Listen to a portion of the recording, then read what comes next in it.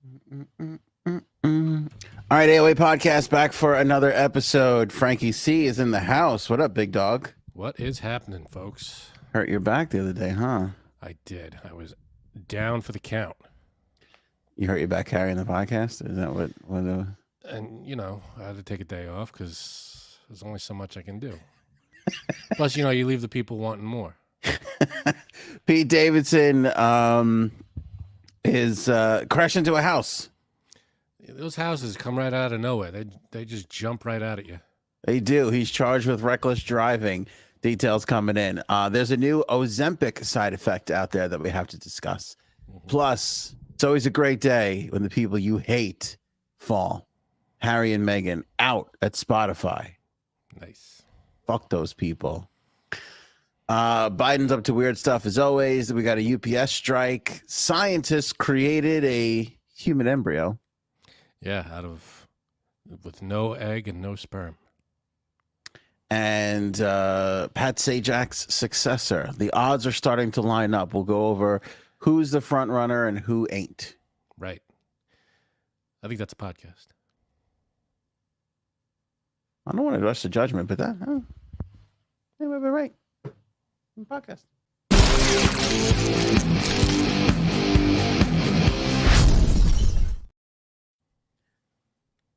You podcast a little bit. You podcast a little bit. You got the face down. Chat. You got the a little bit. A little bit. Hello to everybody in the live chat. Robin is pumping the book. I feel like yes, Robin, appreciate it. This episode is brought to you by Oval. I feel like if Erin writes a second book, she needs to thank Robin somewhere early on in the book. She might name it Robin. That would be nice. I would love that. Right? That's a fitting tribute. Yeah, that would go over huge. Go get that book, folks. Oval. There's the link. Available for download. You could just download the digital version of it, or you could order the hard copy like Anthony was holding up. It's a good summer read. Appreciate everybody who buys it. And during the month of June, if you buy it in June, you get a thank you letter signed by us. Thank you note. Yep. Yeah. And a limited edition sticker. Ooh, a sticker. Oh, baby. What? That's my thing.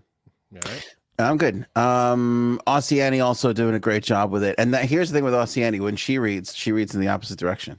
She's got to turn the book upside down. Right. It's like the toilet flushing. It's all the whole thing down there in Australia. Right. It didn't make the thing, but I was reading the two Catholic school teachers got caught banging in a high school in Australia somewhere. Is that right? Yeah, I think so. Yeah. I stopped reading it because I was like, who really cares? But it is kind of the office romance. I feel like is like tenfold in amongst teachers.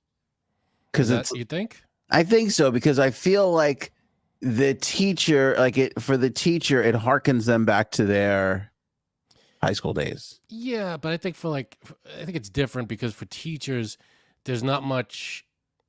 I mean, I don't know. I'm not a teacher, but there's not much interaction between other teachers except for like break time. You know, I don't know, lunch times maybe. Yeah. You know, while they're working, they're in the class and they're not with the other teachers. So I think it's harder for teachers to hook up than most other professions, I think. Which makes it more exciting. Right. Yeah. I think it's more exciting because, like I said, there's a nostalgia thing in it. Because, if you remember when you were in school sneaking around to make out with your girlfriend, you know, that was like a thrilling thing. And then you don't really get to relive that. I'll bet it was. You don't really. You don't really get to relive that often unless you're kind of the teacher. You don't. For me, it's grammar school because we went to an all boys high school, so that wasn't really something I did back then. No, it wasn't a big thing back then in our school. Although we had dances at our all boys high school, I don't know if I ever snuck around to make out with somebody there. You hung out with me, so no. Yeah, they were super strict. Like, we were always worried about getting kicked out of high school. I was dancing, and you gotta watch it. You gotta stay apart. Yeah. You can't, they'll tell you to back it. But as long as you're in the middle of the entire group of people dancing, the teachers don't tend to venture into the middle of the. It was dangerous for teachers in there. They don't want to be in You can't there. jump in the middle of that. Yeah, you'll get a shiv to the back. Right. You can't have that shit. All right, Pete Davidson charged with reckless driving after crashing into a house. This is kind of breaking as we speak. It didn't happen today, though. The Los Angeles County District Attorney's Office hit Pete Davidson with a misdemeanor count today, 3 months after the accident took place. 3 months ago. Yeah, he's got a Trump-style arraignment planned for July 27th. Are we going there to protest? Are we standing outside and let him go? This is a witch hunt. Make America Pete again. That's what I say. Mappa, baby. Mappa. No, don't make America Pete. Yeah. That'd be an awful plan. I'm gonna get a Napa Auto Parts shirt and just change the N to an M. And we'll be off and running on our protest. Campaign writes itself. It really does. You're funny though. The houses kind of tend to see. When you think about all the celebrities that hit a house, Billy Joel hit a house a couple times, I think. I mean, I have to imagine alcohol or something was involved in this crash. I could be way off. I could be wrong. Maybe he just lost control of the vehicle in some way. But to hit a house, that's not easy to do.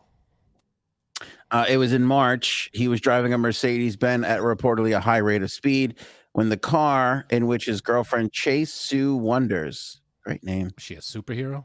I think so. Was a passenger. She jumped. The car jumped a curb, hit a fire hydrant, skidded across the front lawn before slamming into the corner of a home. Yep. That'll do it. This was in Los Angeles, obviously. Yeah, I mean, someone's got to reel this guy in. I'm not the biggest Pete Davidson fan, but if someone doesn't reel him in, he's going to get in some trouble here. I feel like, I feel like he's a little overhyped. I don't think he's that funny. I've seen his stand up, and he wasn't that funny on SNL. But now he's just this big star because he dated Kim Kardashian, I feel like.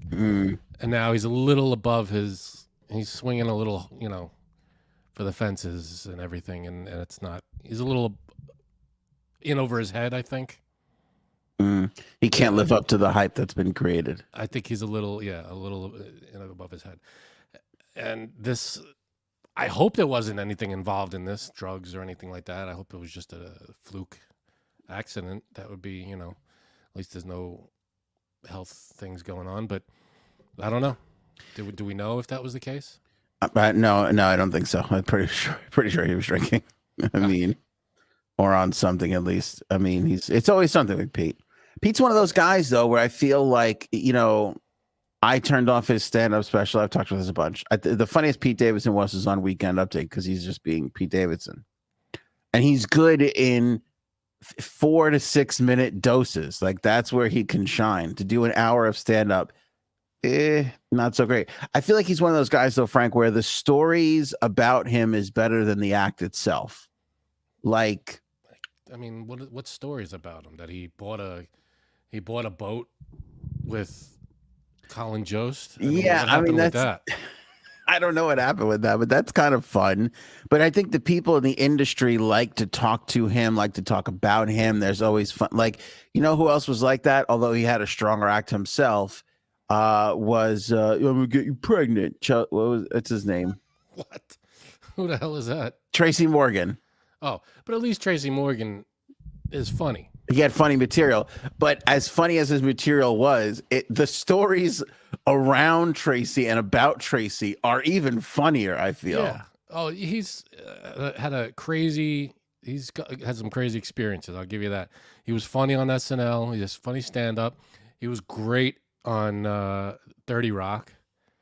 I mean, he's got some stuff under his belt, You're not going to like this. Oh, good. Take the kid to go see Transformers. I guess who's in it? And I'm like listening to the new Transformer robot, and I'm like, who? That sounds so familiar. Why though? Like it's Pete Davidson. Why? Because he's a brilliant voice actor? Probably not. You know how many voice actors there are struggling to, even like the famous one. Get like the the big guys out there that are doing cartoons and stuff like that. They're those are the voices you want to hear do these talented things. It's probably just sounded like Pete Davidson. It did. It did. And it took me a second, but I was like, oh, it's Pete Davidson. But here's why. The premise of this Transformers film goes back to the 90s. So there's a lot of 90s hip hop, like literally, I think it goes right back to 1994. Okay, so and I think he kind of has that. I got to tell you something. He was all right. He didn't do too bad. Like I when I first realized it was him, I was like, oh shit, this is going to be annoying. But truth be told, I thought he was really good. I thought he kind of helped carry the movie a little bit. Okay, hey, good. If he was good, he was good. I'm not hating. I don't understand the allure. I don't understand the what people see in him, what talent he possesses that everybody's like, yeah, I gotta go see. I agree with you. There is a truth to that. And I think it's kind of because it's the same thing of like he banged Kim Kardashian, so then he was able to bang, or not Kim. Who was first though? The singer. Oh, Grande there. Ariana Grande. So now everybody's got to bang him to find out what's going on. I think it was the same thing with Lorne Michaels. Like Lorne was like, "Oh, this kid's kind of funny," and he was already on SNL with Lorne Michaels. But I'm saying like he had to get on it. He had to get it. I think Lorne took a chance on him because you can do that at SNL. You could take a chance on weird people and see what happens. Yeah, but my thing, like with SNL, he doesn't have any characters that are really memorable. No. And whenever he's in sketches, he's Pete Davidson in the sketch. He's not a Mike Myers, Adam Sandler. He's not a megastar. No, you don't have to be a megastar. There are people on the show that are, you don't remember their names or whatever, but they hold their own. They're funny. They do characters. They do voices. They have, comedic timing. I feel like this is. I'm sorry, I'm being mean. I know, but I feel like he's just like a guy they pulled from the audience and was like, "Yeah, do a couple sketches with us." I also think too, and this is horrible, but I think it's a little true. The fact that his dad was lost in 9/11 was kind of a part of everybody wanting to be nice to him. Maybe. I think that was a part of it. That's fucking terrible. But yeah, no, that's true. Paul with his commercials suck. I was amused at this first Smart Order commercial. And that was there was one for, what was it? This freaking microphone keeps falling. There was one for like was it not Subway or Dunkin'? Taco Bell. Taco Bell. Yeah. And he's like, "Are we live?" I don't know. And you're supposed to laugh, and you're like, I thought, and those are okay. They're not horrible. I hear what you're saying though. There's so many other people that are working so hard and are so talented, and he's just fucking cruising along. It's just being handed to him for no reason. Like, I don't know. I don't get it. I mean, I get he's famous, but Kim Kardashian, at least she's hustling. She's makeup and clothing lines and TV shows. Pete Davidson's is like, whatever. I'll do a fucking Taco Bell commercial or a Smart Order. And yeah, I don't know. Maybe I'm way off here. Didn't he have that? He had that SNL character where he was like that guy who was just like, okay, and like all these things would happen. And he was like, all right. He would just stand there and do that. That's kind of him. I feel like it's him. It's Pete Davidson being Pete Davidson. Yeah. And I've seen his stand up. It's not. I don't know. I don't get it. I know. I bailed on his last stand up special. It was not good. It was not that good, especially when you look at the caliber of stand up that's going on out there right now. It's like you've got to be really, really good. And there's also a Wild West thing happening right now with stand-ups where there's some of them are taking specials into their own hands. Like Ari Shaffir did that when he put his stand-up on YouTube, and it did really, really well. So everybody was kind of like a lot There's of nothing wrong with that. If you want to. No, it's good. It's good. A lot of the comics are like, I have this material, I'm going to put it out, and I don't care. I kind of love it, but at the same time, you do lose a little off the fastball with that because although I don't agree with gatekeeping, which that's the way Hollywood worked up until recently, there is a degree of you need to earn it. And some of them are like just cutting corners and putting out specials that are not special worthy. They're not there yet. Yeah, no, I see. But Netflix, it's just a whole. They got some good ones on Netflix, but then there's some hit and misses. But that's really, I feel like that's where everybody strives to be. Netflix is the new HBO. Yeah. Yeah, that's where everybody wants to be. Yeah, I agree. Is there like a comedy season? Because I feel like we haven't gotten a stand-up special in a while. But I feel like around the holidays, there was like one coming out every week. Well, I don't know. That's a good question. But I know John Mulaney's just came out. Oh, Mulaney's was good. Did you see his? Yeah, Aaron and I saw his in Pennsylvania. So the tour that he did with this act, the one that's on Netflix, takes place in Boston. We saw it in Pennsylvania. We actually saw the very first show of that tour. Oh, is that right? I didn't know that. Did we talk about this? That you guys went like a year ago. Yeah, we went to see it with our friends in Pennsylvania. It's a good special. I thought it was a strong. Hearing him come back from his struggles and everything. It was interesting. I thought it was really good. The whole show, hour and a half, was about him going through rehab and doing all that stuff, and it was interesting and it was funny. He made it work. And there was one he mentioned Pete Davidson, and he goes, "Did you see that?" He was like, yeah. "I'm in rehab and I get a call, and it's Pete Davidson." He's like, "You don't think they'll blame this on me, do you?" I mean, he would be the one, though. That's true. How could you take down a great like John Mulvaney? Yeah, stop it, man. Leave John Mulaney alone. But I'm glad he's doing all right. He's bounced back. So they got to have you think there'll be an intervention for Davidson? Who knows? I don't know, because it's a lot of his mental struggles too, which is like kind of tough when you get down to it with people. Sure. I don't know. I think it's funny how he annoys you. It doesn't annoy me. It's just, I get it. I get it. Allure, the appeal. I get it. It feels like that. This is what I think. This is what my gripe is. Similar to the Jimmy Fallon gripe, which I'm over for the most part. With that, it's the unearned success. Like Jimmy Fallon, when he got the Tonight Show, I felt it was unearned. Like he was funny for a few years on SNL, and he gets the Tonight Show, and the only reason he was funny on SNL is because he laughed through everything. Listen, tell me I'm wrong. At least it wasn't Horatio Sands, because he did the same shit, and we could have been stuck with Horatio Sands. Could have been Horatio Sands, but that's what I'm saying. Like, of all the people on SNL, you pick Jimmy Fallon. I'm like, all right. So then after a while, he's Jimmy Fallon. Everybody knows him as at least he's still doing it, and it's whatever. So that's old news. But now I feel like Pete Davidson is the new Jimmy Fallon. At least Jimmy Fallon's trying. It's not like he's out there every night. He's doing his thing. But I feel like Pete Davidson is a little unearned.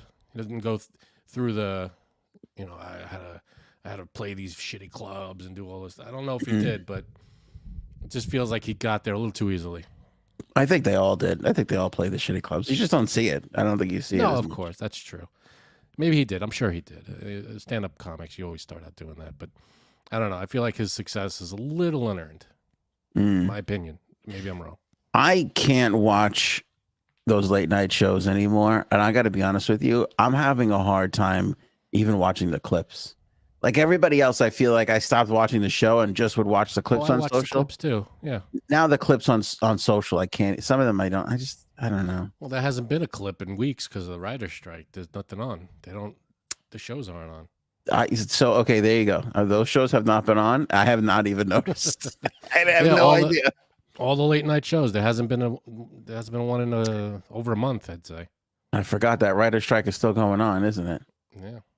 I'm telling you, it's bad for the writers, all these streaming services, because you could not make another show and I wouldn't notice for 3 years because I got so much backlog shit that I want to see. And they have so much stuff that's been written and shot and is still coming out. Right. It's like. Well, what just came out that's really good. Aaron and I just finished watching it. Fubar. The Schwarzenegger one? It's really good. Is it? Yeah, I went in going, all right, Schwarzenegger, the action thing, whatever. It was better than I thought. I'll tell you what, I've been loving his social media being the new, what is he, the stunt CEO of Netflix or whatever? Oh, I don't know. Did you see that? He's in charge of action. Okay. He's like the head of action at Netflix, and they got all these clips of him, and he's like running into the other action stars from movies and shit. It's really funny stuff. That's funny. Yeah, Schwarzenegger is a funny dude. He is funny, and in this, he's got, he says he comes out with some funny shit. It's scripted, but he delivers it very well. Yeah, he knows what he's doing, and he's been in funny roles, and he's always brought it. What was I reading? Or I saw the clip where they were talking about casting the Terminator, and they were considering Arnold Schwarzenegger and O.J. Simpson. And James Cameron goes, yeah. He goes, they gave me the two choices, and I didn't know who to pick. And Schwarzenegger, it cuts to a clip of Schwarzenegger, and they go, O.J. didn't get picked because nobody believed that he could be a killing machine. That's what he said. Because Schwarzenegger was a kind of an unknown at the time. I mean, he had done he did Conan the Barbarian. That's right. Maybe something else. And it wasn't even his voice, right? That was the one that he got dubbed over. Was Conan the one he got dubbed over in? Right. And he was in some bodybuilding thing. But he was pretty much relatively unknown. But I don't even know. I mean, in Terminator, he only had a handful of lines. Maybe a dozen or so lines. Yeah, I know there wasn't a big talking part. Yeah, so I'll be back. That's pretty much it in the first one. Speaking of podcast, stand-up specials, Sarah Connor. Speaking of podcast, stand-up specials. We have to follow up on J-Sabs. She committed to doing stand-up, I believe, by August, if I'm not mistaken. It is June. Down to it. Yeah, we're getting down to it. We need an update. I need to know if she's writing material. Does she have a whole 5 minutes planned out? Would she? I got a bit for her that just happened to me today that we could definitely get into for sure. Oh, what just happened to me over here? Ozempic is a new dietary drug. A lot of people have been using it. Very controversial. There's a new side effect, Frankie C.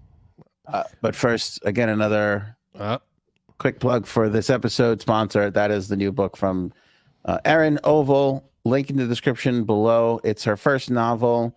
It's out in hardcover and Kindle form.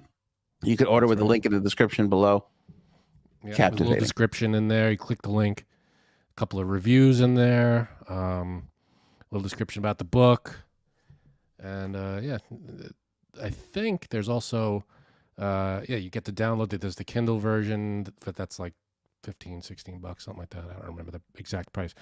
But then there's the other, the hardcover book that you get there. It only comes in a few days. It's pretty good all around the world. I think Oceania has a copy, so it delivers everywhere. And it's about a group of kids growing up, how their history kind of keeps coming back. Yep. They just keep their lives keep intertwining. And it follows them all around from when they're kids to when they're adults. And it's a good story. Great. Loving Oval, loving the support. Yes. Good to see everybody grabbing it. Really great story. Really great summer read.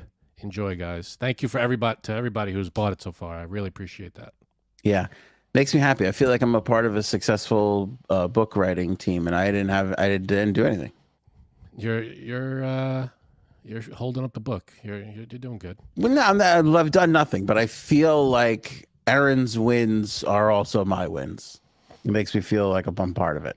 Yeah, you could do that. That's fine. It's Ozempic Side Effect. It's like when the Islanders win a game. I'm like, we pulled it off. We did it. We did it, guys. It took us a while. Yeah, but we're here. Yeah, get that book. Great book. Just ask the people in the chat that have already got it, and they'll tell you that people are reading it now, and it's a wonderful read. Yes, Appreciate it. the main character dies in chapter 4. Oh, see, then they're not the main character anymore. No. No, I haven't read it yet. I haven't had a time to get into it yet, but I'm excited. I can't wait to get into that book, baby.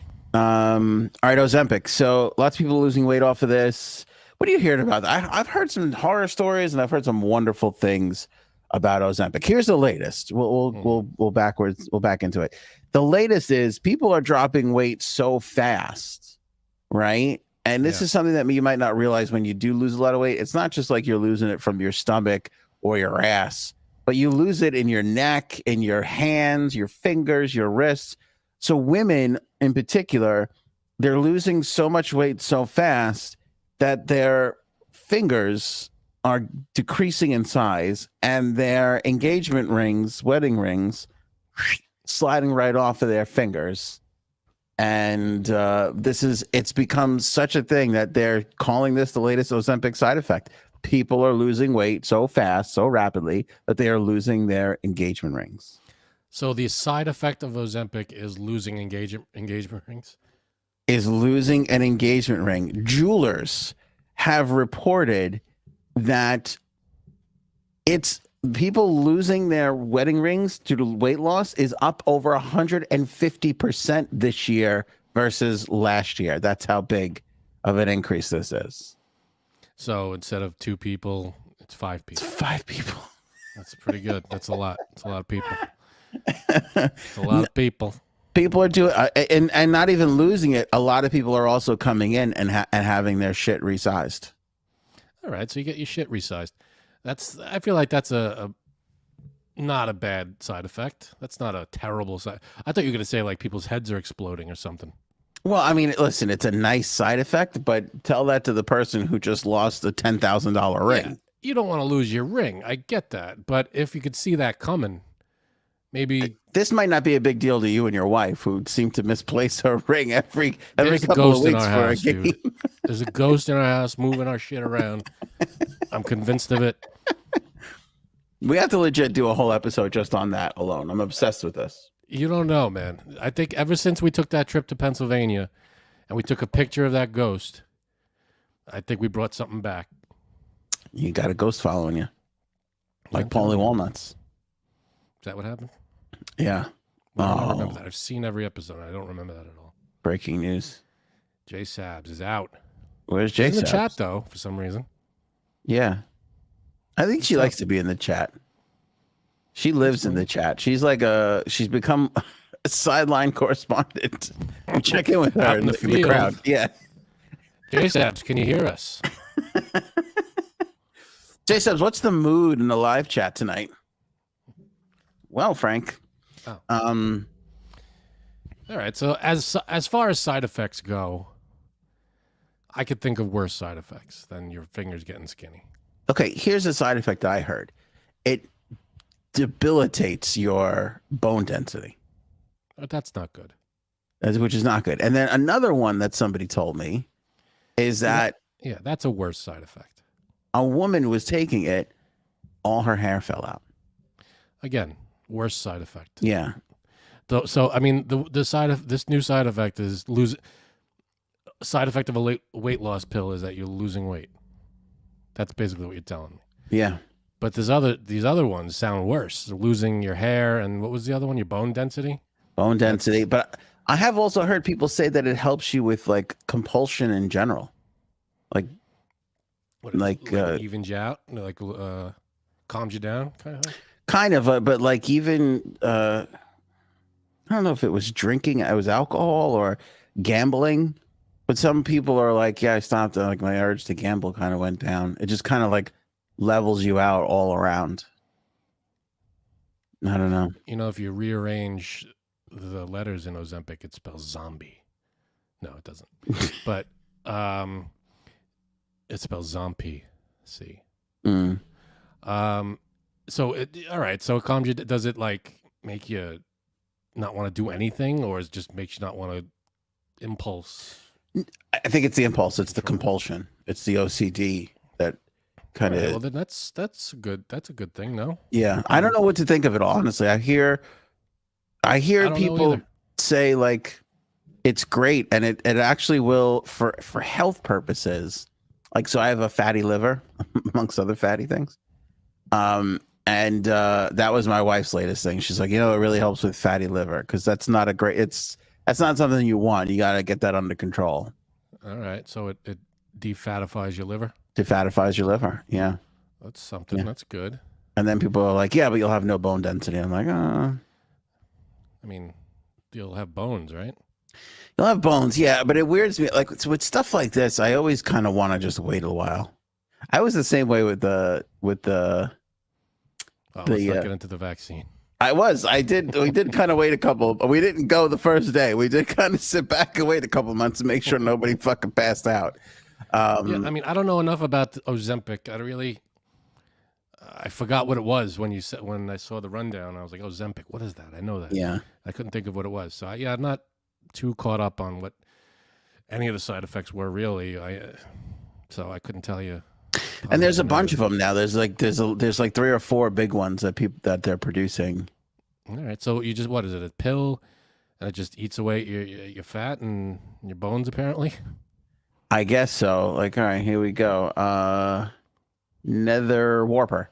I'm a nurse. Please stop saying this stuff about Ozempic. It's just as dangerous as any other pill. It works like a Suboxone in that it makes you not crave food. If you have any questions, I'm here.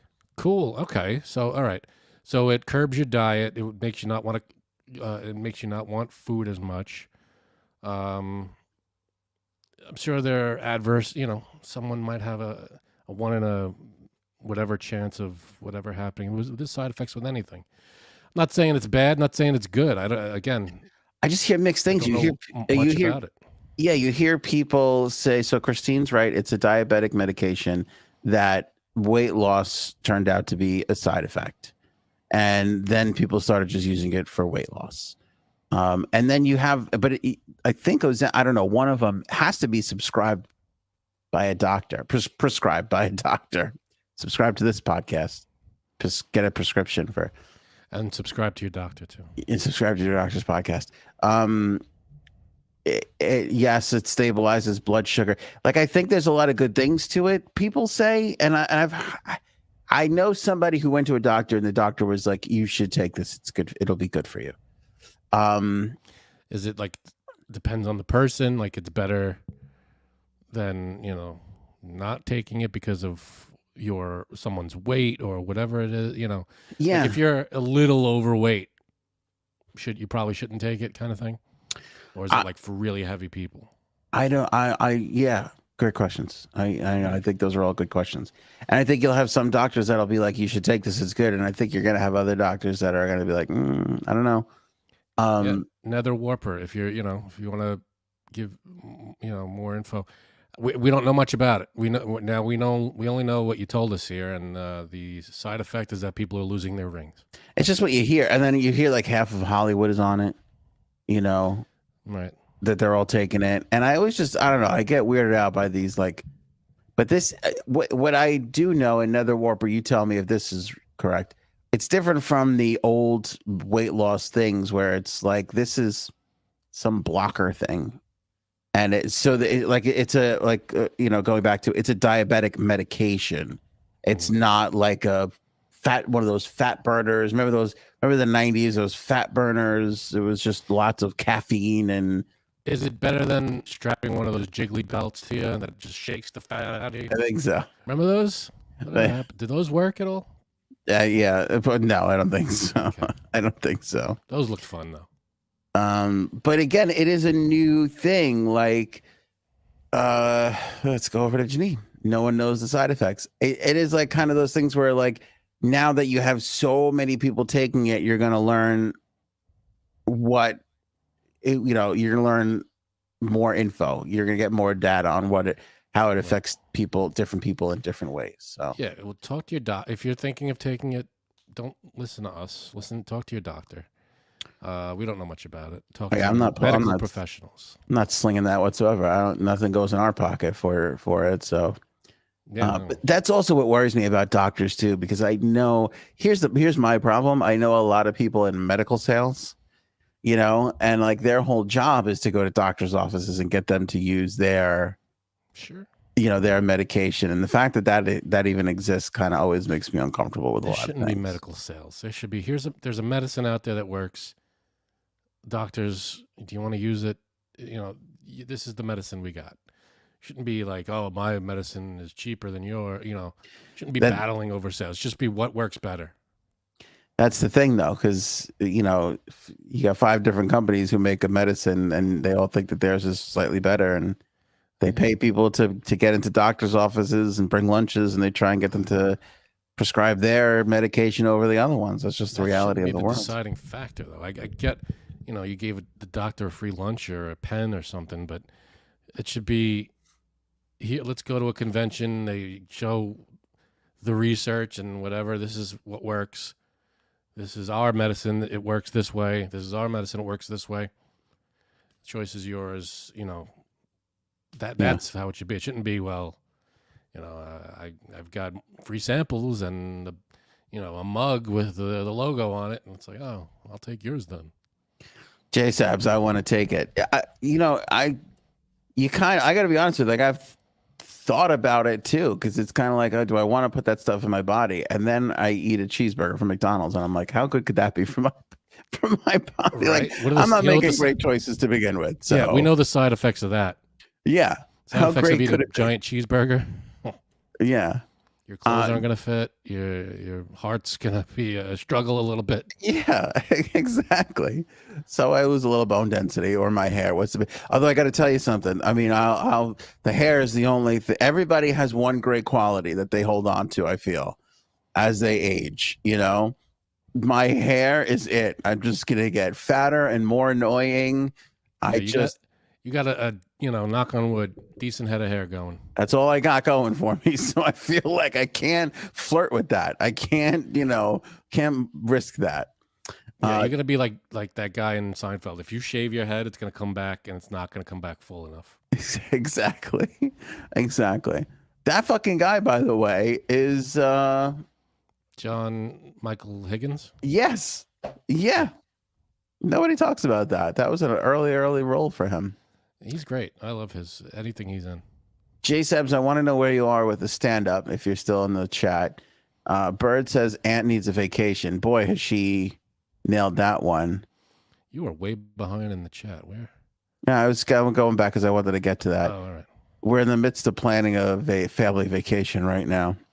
Ooh, where to? Not easy. Not easy to plan a family vacation.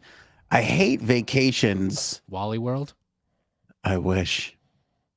Vacations used to be so, I don't know what happened to the pandemic fucked me up. Oh, did it? I mean, my violin. I was just on a great vacation streak going into the pandemic. Like vacations, an idea came up, we looked at it, we booked it, it was done, And then the pandemic hit and you couldn't travel and this and that and all the bullshit. And so I started going to Jersey for our vacation because we could go there. It was easy. There was no air travel and all this and that. And then we went last year because we kind of had been doing it and, we had some family stuff. So it was kind of like easy. We'll just go back to do that. But then this year cool on the coast or whatever. No, it's great. Listen, it's great. But the thing is like, here's what people don't understand about like the Jersey Shore. Like if you want to book a hotel, 6 blocks away from the beach, you're going to spend $450 a night on a hotel room in the Jersey Shore. And it's not a lavish. You go a little further away from the beach and you pay a little less. You go a little inland. Yeah, but people's idea of vacation is not traveling 25 minutes each direction to a beach. You drive 10 minutes to the beach. You'll be yeah. Fine. But like the thing about the Northeast is what I'm saying, Frank, is like there's just so many people up here that the what would cost somebody $100 somewhere costs us $450, just because there's tons of people willing to pay to be close to the beach. Yeah. That's the thing. It's demand. If it were cheaper, it would be too. It'd probably, I don't know. Everybody be doing it. Be overcrowded, and Right. they could raise the price and get the money that they want. It's just impossible. So I was just like, and then when you start to look at what you're spending to just do that, and you've done it a couple times, and you grew up in the area kind of doing it, you're kind of like, I want to go away and see something new and different. I kind of want you to go away too. Thanks. Mm-hmm. But now, like that's this thing. It's like now we have kids, and we talk about we've been talking about going back to Disney for years, and the reality is that has become a $8,000 to $10,000 fucking thing. I can't even imagine now. Every park has its own ridiculous price. Then the traveling and then the accommodation. I can't imagine how a family of four can afford to go to Disney. And you're paying now. It's the little nuance things that drive me crazy. Like I have to pay $15 to skip the line now instead of just like getting up early and like, going on the thing and trying to get it, like, which was like a fun game part of it all. Wait in line. That's the fun part. You make friends. The whole thing is just fucking it's been to the point where I'm just like, I don't even want to do it because it's been stressful. And then we just don't, and then like, you just don't even get to it. Like, it's weird. It's a little different for you because you have your wife. You probably spend a lot more time with your wife, but with the kids like being around always, you get very little time without them where you could actually sit down and have adult conversations with your wife. And then a lot of that conversation tends to be, I'm really tired. Are you tired? Yeah, I'm really tired too. Like, okay, like let's just sit here and just not talk. So it's hard to plan a fucking vacation, and it's like, do we go here? Do we go there? That's what you got to stop putting the kids to bed at like 5 o'clock in the afternoon, so you get the rest of the night. That's what we did today. My son went to bed at like 5. Nice. We were like, he had a baseball game that got canceled, and we were like, because he like had his little graduation day today, and he was impossible. He hasn't been sleeping. We let him stay up on Tuesday night to watch the Stanley Cup final. Nice. Because he's so into hockey now, and he's like, and I was like, you should see what it's like for a team to go through it all. Because that's all they talk about in the finals is like how much they always tell the stories of the hard work and the sacrifice and the dedication. So that's good shit for kids to hear, and so I was like, you should see what it's like, the fanfare of giving out the Stanley Cup and what, how much fun it is and exciting it is. Because even when it's not your team, it's still kind of fun. It's a fun, the awards and all the speeches and the pictures. Yeah. Commissioner comes out, the crowd goes crazy. Anyway, so we let him stay up till like 11 o'clock at night on Tuesday, and he never recovered from it all week. His sleep was fucked up all week long. It was just a nightmare. I can't even tell you what we went through. Remind me to tell you what we went through when we got home today. So anyway, I don't know where I was going with all this. The vacation journey. It's just hard. Yeah, and it's like, do I want to drop that much money on Disney? No. All right, do we want to do a cruise? My wife, it's harder. I think I can get her to do it. It's just going to take a lot of work. So that's out for this year. And that's the other thing too. We started talking about this in January. Like, let's plan it. Let's do it. And here we are in June, and we're finally just circling something. Because then it's like, where do you go and what do you do? And I think part of it is how much time can you get away, and what are you willing to spend? Those are the two. I feel like those are the two big. Like do you only have a weekend? Do you only have a week? Do you only have 2 weeks? Whatever it is. So you got to figure out how long you're going away for and what your budget is to spend on that trip. Yeah. And then you work from there. What can you do with that?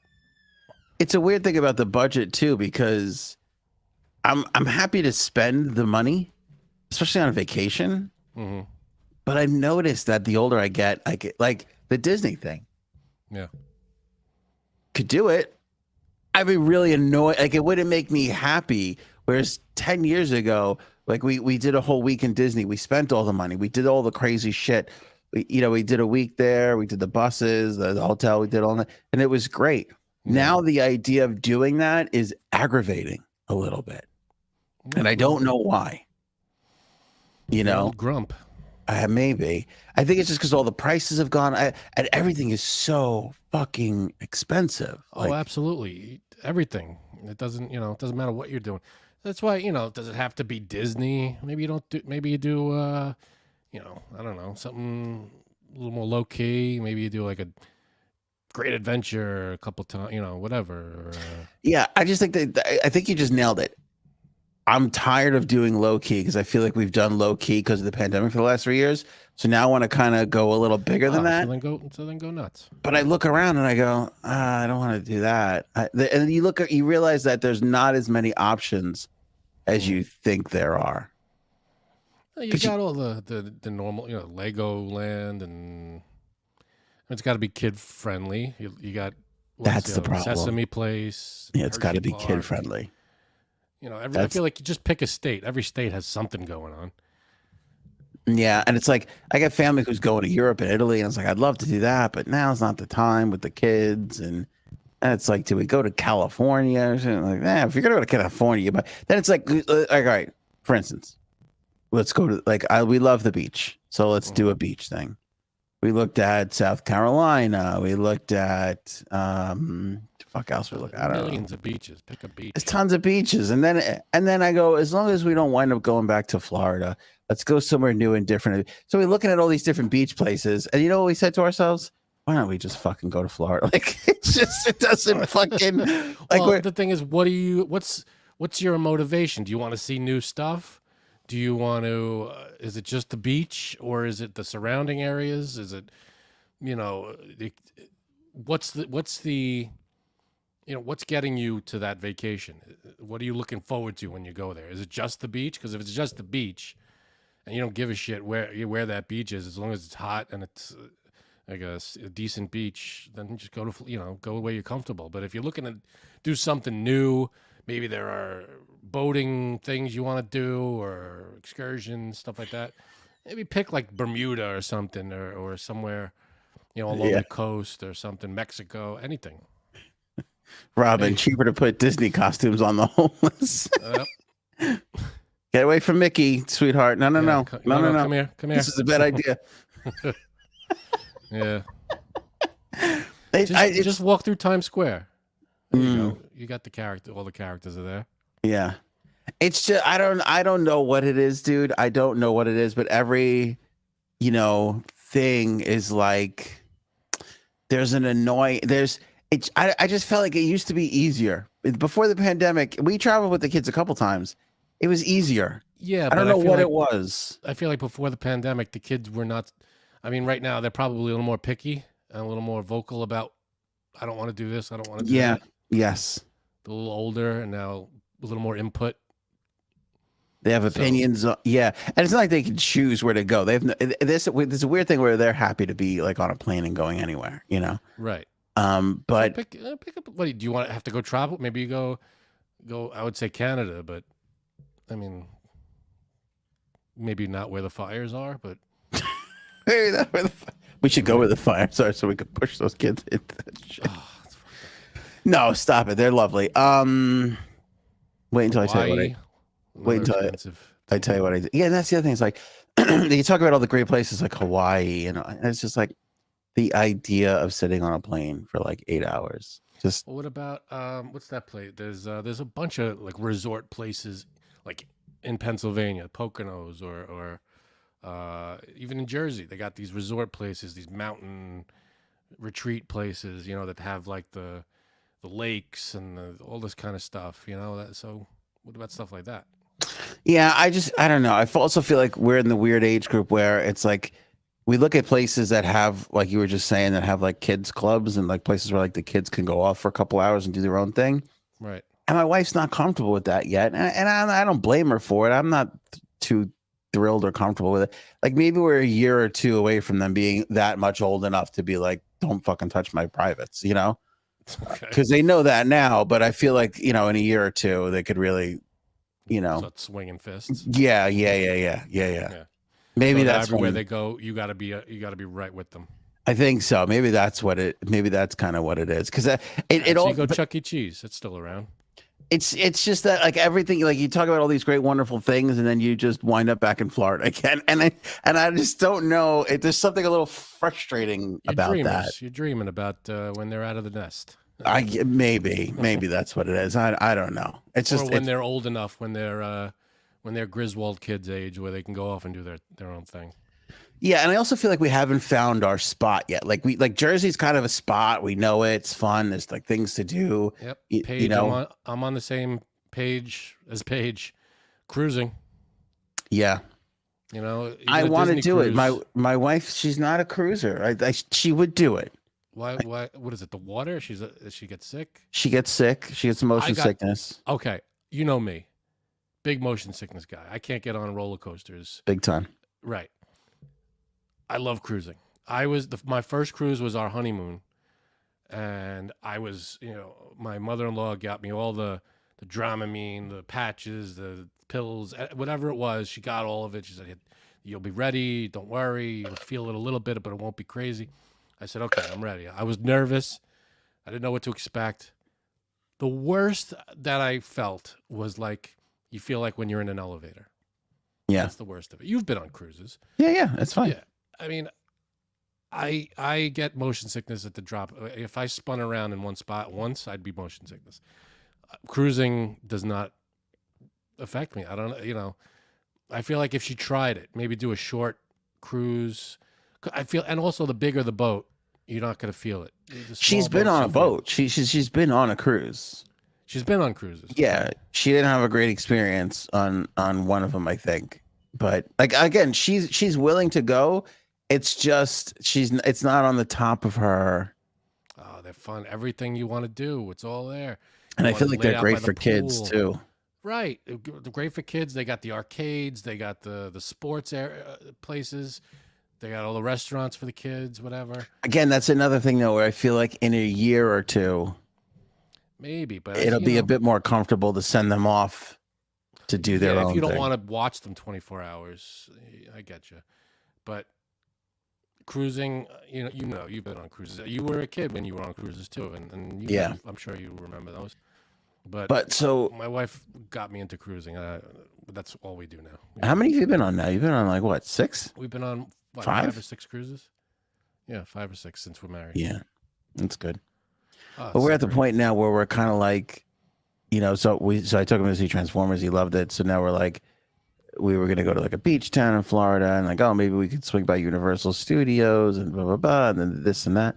Even like Universal Studios is like, for a family of 4, just to walk in the door with hotel, you're talking about almost $800. You can go ahead and whack it up to 1,000 if you plan on eating in the park.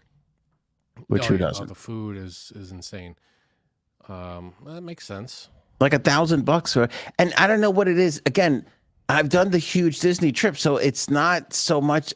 It's just Maybe a we weird. Can get Disney to sponsor this show, and that would be nice. And they could just foot the bill for us. That would be really, really nice.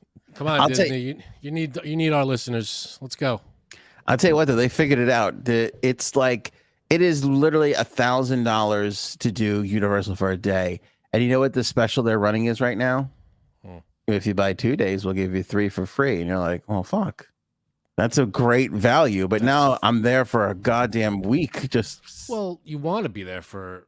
I mean, if you're doing all the stuff, you I don't can't know do if it all in 2 days. I don't think you can do. Universal's not as big as Disney. Disney's like massive. Universal's not. I love Universal though. That's my favorite. Is it? When was the last time you were there? It was a long time ago. In my early 20s, I think was the last time I was there. But Universal with all the movie things. See, it's the best. Okay, I was there similar time. I was there during the time you were there. Everything is different. There is not one thing that is the same. Yeah. Oh, when I was a kid, I went there, and I'm sure it's all different. I went there once when I was like 9, and I had a great time. Then I'm sure everything changed, and I went there again in my 20s. And then I'm sure when I go back to, because now they have the Star Wars things, they got the Harry Potter, I'm sure everything's changed. Yeah, it's all done. The Terminator's gone, Back to the Future's gone, E.T. is gone. E.T. All the classic rides are gone. All gone. One of my favorite, Jaws is gone. Jaws that was a good one. One of my favorites was when I was a kid. It was Mr. Toad's Wild Ride. That was going back to 1991. I went on that one. And I remember laughing my ass off because it was the funniest. It's one of those, you sit in a cart and it's like, when you go through like a haunted house on the track, it's like that. But it was me, my brother, and my 2 cousins were sitting in this cramped into this one car, and we're going through, and it takes you through like this neighborhood, these different locations, and it looks like you're going to crash into something at the last second. It either turns or the wall opens up or something. Yep. It was so much fun. We laughed our asses off through that whole thing. That was my favorite ride. I think that's Peter Pan now in Disney. Great. And don't ask me why I know this. There's a moment where if you're on Peter Pan, and I don't know where it is, but if you turn around and you look back on like one of the back walls that you don't see just going through the ride, they have a picture of Mr. Toad. Like hanging on the wall. That's like a little secret thing for everybody who loved Mr. Toad's Wild Ride. They should just build a new ride. Why knock down an old one? Yeah. Give the parents something to remember. Imagine going there as a parent. You go, Mr. Toad's Wild Ride. You share that with your kid, a memory with your kids now. This is the ride I grew up on. That kind of thing. I remember one of my first panic attacks was on Back to the Future. It was a crazy one because we're sitting in the DeLorean, and it's one of those rides where you sit in the DeLorean and then they raise you up into this other room, and the whole thing is a huge dome screen, and then it's one of those, you're just flying around, like it looks like you're flying, you're staying in one spot, but the car. Yeah. And before we got lifted up, the lady who's running the ride goes, "Anybody here claustrophobic?" And I went, "I'm a little." And then she went, "All right, have fun." She pressed the button, and the thing went up, and I'm sitting there panicking. I'm like, what's going on? What are we gonna do? And then this thing went all around, and I was like freaking out the whole thing. What an asshole! Who's claustrophobic? Yeah. All right, have fun. Yeah, that was when I was 9. I'll never forget it. She traumatized me from when I was 9. What a dick! Yeah, that scarred me for life. But I'd go on it again. There's a guy on TikTok that does that now. Have you seen him? Where the ride where you just plummet? Oh, sure. Like so tower or something. No, it's not. I'm sorry, it's not a Disney. It's like I don't know where it is. It's just one of those like a parachute thing. Yeah. And he goes, and every one of his TikTok videos, he goes, "Oh wait, hold on, I forgot to put a strap down," and he hits the button and you don't know it because the ride fires like 3 seconds. So he walks over. He was like, "Let me just adjust," and then they disappear and they fucking traumatized. Yeah, because they think they're gonna die. Yeah, that's a reasonable response. That guy's such a dick. Yeah, that'll mess you up, man. He does it every single time. And the ride's exciting enough. I don't need the fear of death. No. Like Paul here, Ant needs to explore a fabulous red states, MAGA country. I'd love to go on a little MAGA tour. That'd be nice. Dollywood. Go visit. Where's Dollywood? Oh, I should do. I don't know. That Dollywood, every now and then Dolly Parton goes like parades through the park. People lose their shit over seeing her for 4 seconds. And everybody raves about Dollywood. Nobody's said anything negative about it. Yeah, there's a lot of theories going around. Here's what I think it really is, to be totally honest with you. And anybody who's a parent of a 5-year-old and a 7-year-old will feel this. It is annoying to do all this. It's the money. To spend all the money is annoying, but all the planning and all the time and all the effort. And then you get there, and then if one of them's not having a great day, the whole thing is ruined. And it's that idea of like, this could all go to shit like this. But why? I mean, you're in Disney, kid. Lighten up. What's the problem? There's a complaint. You turn the corner and there's a character right there that should cheer you up.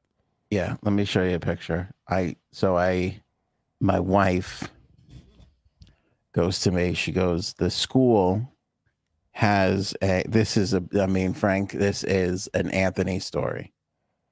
It's a Clark Griswold story. Oh God. She goes, the school has these signs that they'll put in you buy them and you put them in the yard. And it's like, congratulations to my son for. Sure. And I'm like, give me a fuck. Now, my neighbor. They're all over my neighborhood. Yeah. Yeah. They're everywhere. My neighbor, his son graduated high school, goes to college, he gets a thing. Appropriate. Aces. That is worthy of a yard sign. You have gone through 12 years of schooling. You're going on to college. You're a big, you're making this huge step. You get a sign. I'm like, he's going from 2nd grade to 3rd grade. We don't need a fucking sign. Well, he got a graduation ceremony? It was like we went today to go through a whole, but that's ridiculous. That's absurd. Well, there's always, a sign I can forgive. A sign's okay. You want to put a sign out? Great. But the whole ceremony to go from 2nd to 3rd grade, yeah, there's always those things. So, so we go, so she goes, there's a sign. I go, how much is this sign? Now, the graphics and all that's kind of my thing, right? That's part of all the stuff that we do. You're obviously, you do a lot of it too, right? So I go, how much? $25. I go, I could do a better fucking sign for fucking. We're not buying it. I'll do a fucking. If we're getting a sign, first of all, I'm against the sign, but now I'm in the attitude of like, if we're getting a fucking sign, I'll make the fucking sign. Okay. But wait, is it $25? Some of it's going to the school. I'm sure. I don't know. All right. I have no idea. All right. So now she doesn't say anything, and I'm like, now in my head, I'm thinking she doesn't think I can fucking make the sign. I'm going to prove her wrong. So I go and I make the sign. I spent $33 on the sign. You're an ass. Another $10 buying steaks for the sign. Fucking Thursday, I'm out hammering the fucking thing in the middle of the night. Good. I'm kind of glad this happened to you.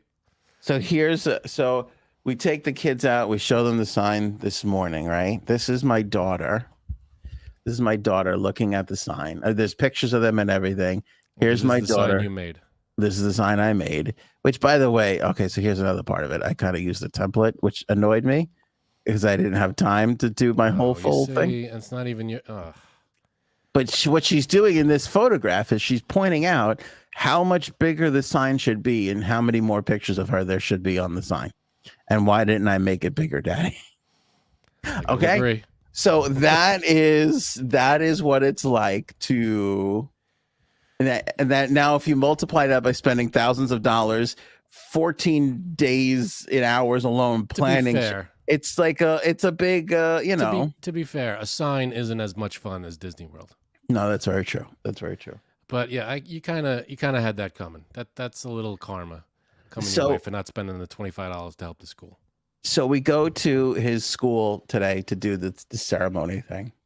I shouldn't tell this story, but I'm going to do it anyway. Oh, good. Okay. We go and we do the ceremony thing, and we go to the diner. Into these topics, by the way. What's that? I don't think we'll get into any of these topics. We are definitely getting into Harry and Meghan, and then we'll tap out. All right. We go to the school. We go to the diner afterwards because that's like I realize this is a Queens thing because I talk to people out of Long Island, and I'm like, "You going anywhere after this?" And they're like, "Going home." I'm like, well, it's kind of you go to the diner. You don't go to a 5-star restaurant. No. You don't got to go to a Michelin star restaurant, but you go to the diner. The diner when there's a graduate or some kind of ceremony, we're going to the diner after. Go to the diner. Exactly. Thank you. You're a real human being. Right. So we go, and my son is like unbearable again because hasn't slept right since Tuesday because we let him stay up. Doesn't say anything. He eats his cheeseburger. He eats some of his sister's chicken fingers. Right. We get home. Now I'm like taking stuff. I'm like out unloading the car, getting, doing some stuff. And I just hear screaming and yelling. And then I hear my wife screaming and yelling. And now I'm like, oh, this is not good. So I go in the house, and there is my son. And now, when you know my house. So like for people who don't know, you go into the garage, and then there's a door from the garage to the house. And as you're walking in that door, the first real thing on the left is a bathroom. And then you walk into the rest of the house, right? So there is my son in the entrance, in the door frame of the bathroom, with his pants around his ankles, and 2 huge piles of shit on the floor Come on. and just diarrhea down his leg. It's in his pants. It's on his shoes. It's fucking everywhere. What is going on? It is everywhere. And we're like, what the fuck? And he's like, I couldn't make it. Frank, he is a foot and a half away from the toilet bowl. And he's like, I couldn't make it. And not once during the whole afternoon did he go, oh, my stomach feels a little, I think I might have to go. Nothing. Never said a fucking word. We had to bag everything and just, it was like a crime scene. It was dude. a fucking crime scene. All right. What the hell? Fine. Here. He's laughing. He's like, and now we're like, because we don't have a shower on the first floor. It's like a half bathroom. You know, the showers are upstairs.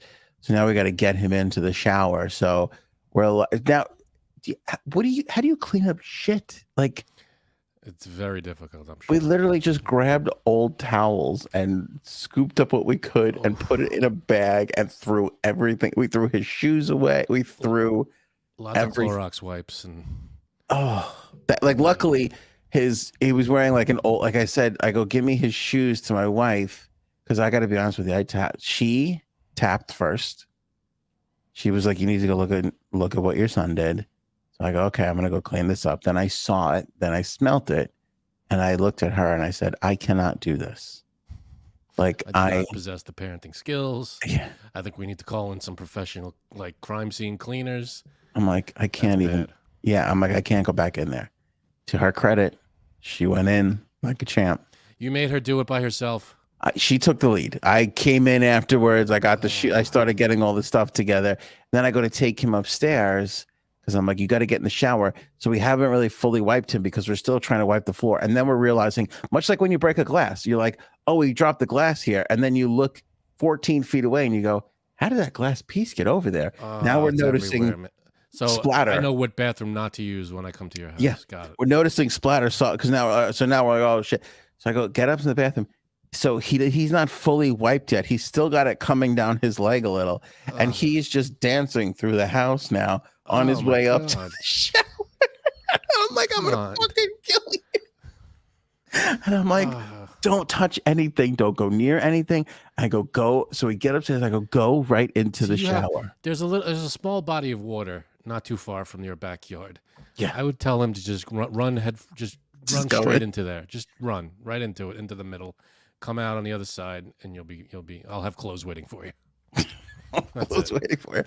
We go upstairs, and I go into the shower. He's like, you got to turn the shower on yet? I go, no, you go in. I'm going to turn the shower on second. I don't want something else leaking out of your ass and hitting the floor. No, you got to put the shower on first. And then he leans against the wall. I almost lost my mind. I'm like, I told you not to. I literally picked him up and put him in the. I'm like, just stand there and do not move.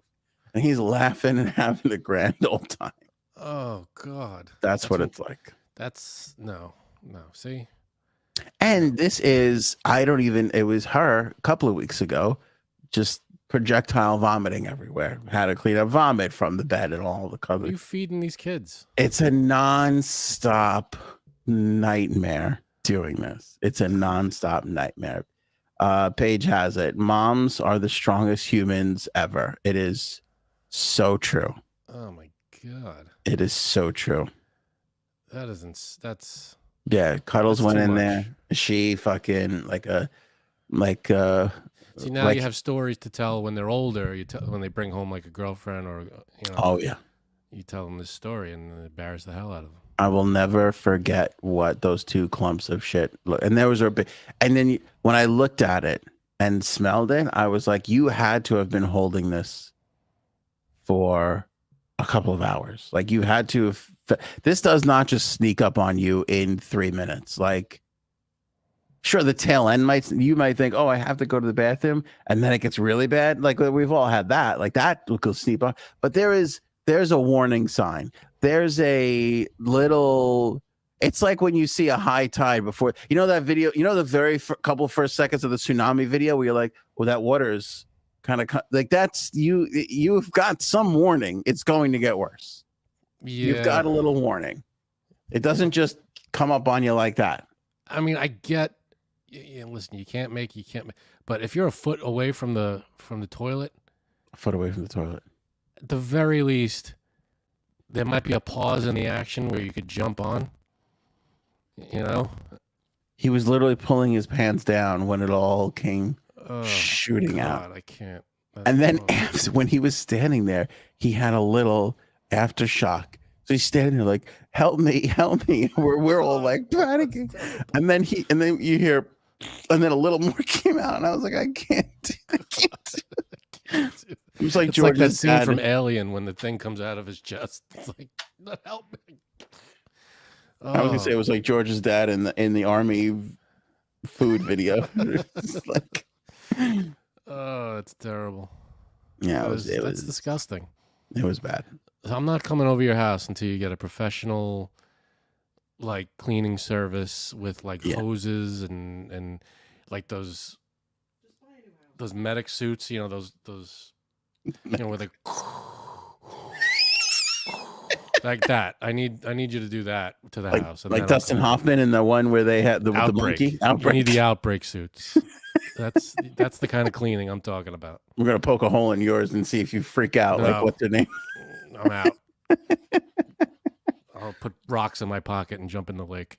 But this is what it's like to plan a vacation, because every time you go, oh, this place looks nice, this looks good, you have to think, what is going to go wrong What's here? the worst thing we have to prepare for? Exactly. I mean, he's all right though? The kid's okay? I mean, that was just a one-time. Yes. So he doesn't have stomach issues. we have a baseball coach, not from hell, but when it comes to weather, he's a little bit from hell. So like the other day, I don't know if you saw on TikTok, I put it out, like we got caught in a hailstorm. There was a fucking hailstorm in June. We got caught in this hailstorm for like 10 minutes. It stops. Coach is like, all right, everybody back on the field. We're like, what? Like we're moving chunks of hail from the field. He's like, well, let's play again. So the kids get on the field and they start playing again. It starts to rain a little and drizzle. Now it's kind of heavily raining.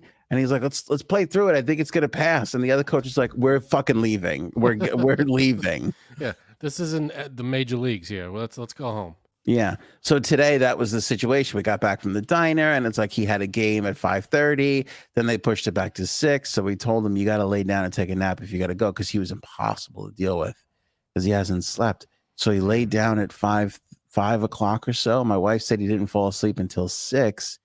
And he's been sleeping since 6 o'clock. And she's like, because I said to her, I go, is he still sleeping? And she goes, yeah.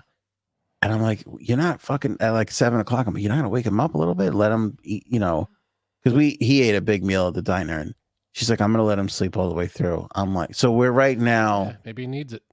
Right now, I feel like I'm in a car with Pete Davidson. We're risking. I just feel like he's gonna wake up at 2 o'clock in the morning and be like, all right, let's go. Let's start this day, everybody. Like, here, I got my sleep. I'm ready to go. No, That's not gonna be good. It's not going to be great. He's going to wake up at 4 in the morning and get you up. Yeah. And it's going to be a nightmare. So have fun with that. Enjoy your weekend. I tell you what, not looking forward to it. No. I picked up my phone and I don't know why. Jay Sabs, what is going on with the stand-up? I would like an update. Yes. Are you writing material? Do you have material?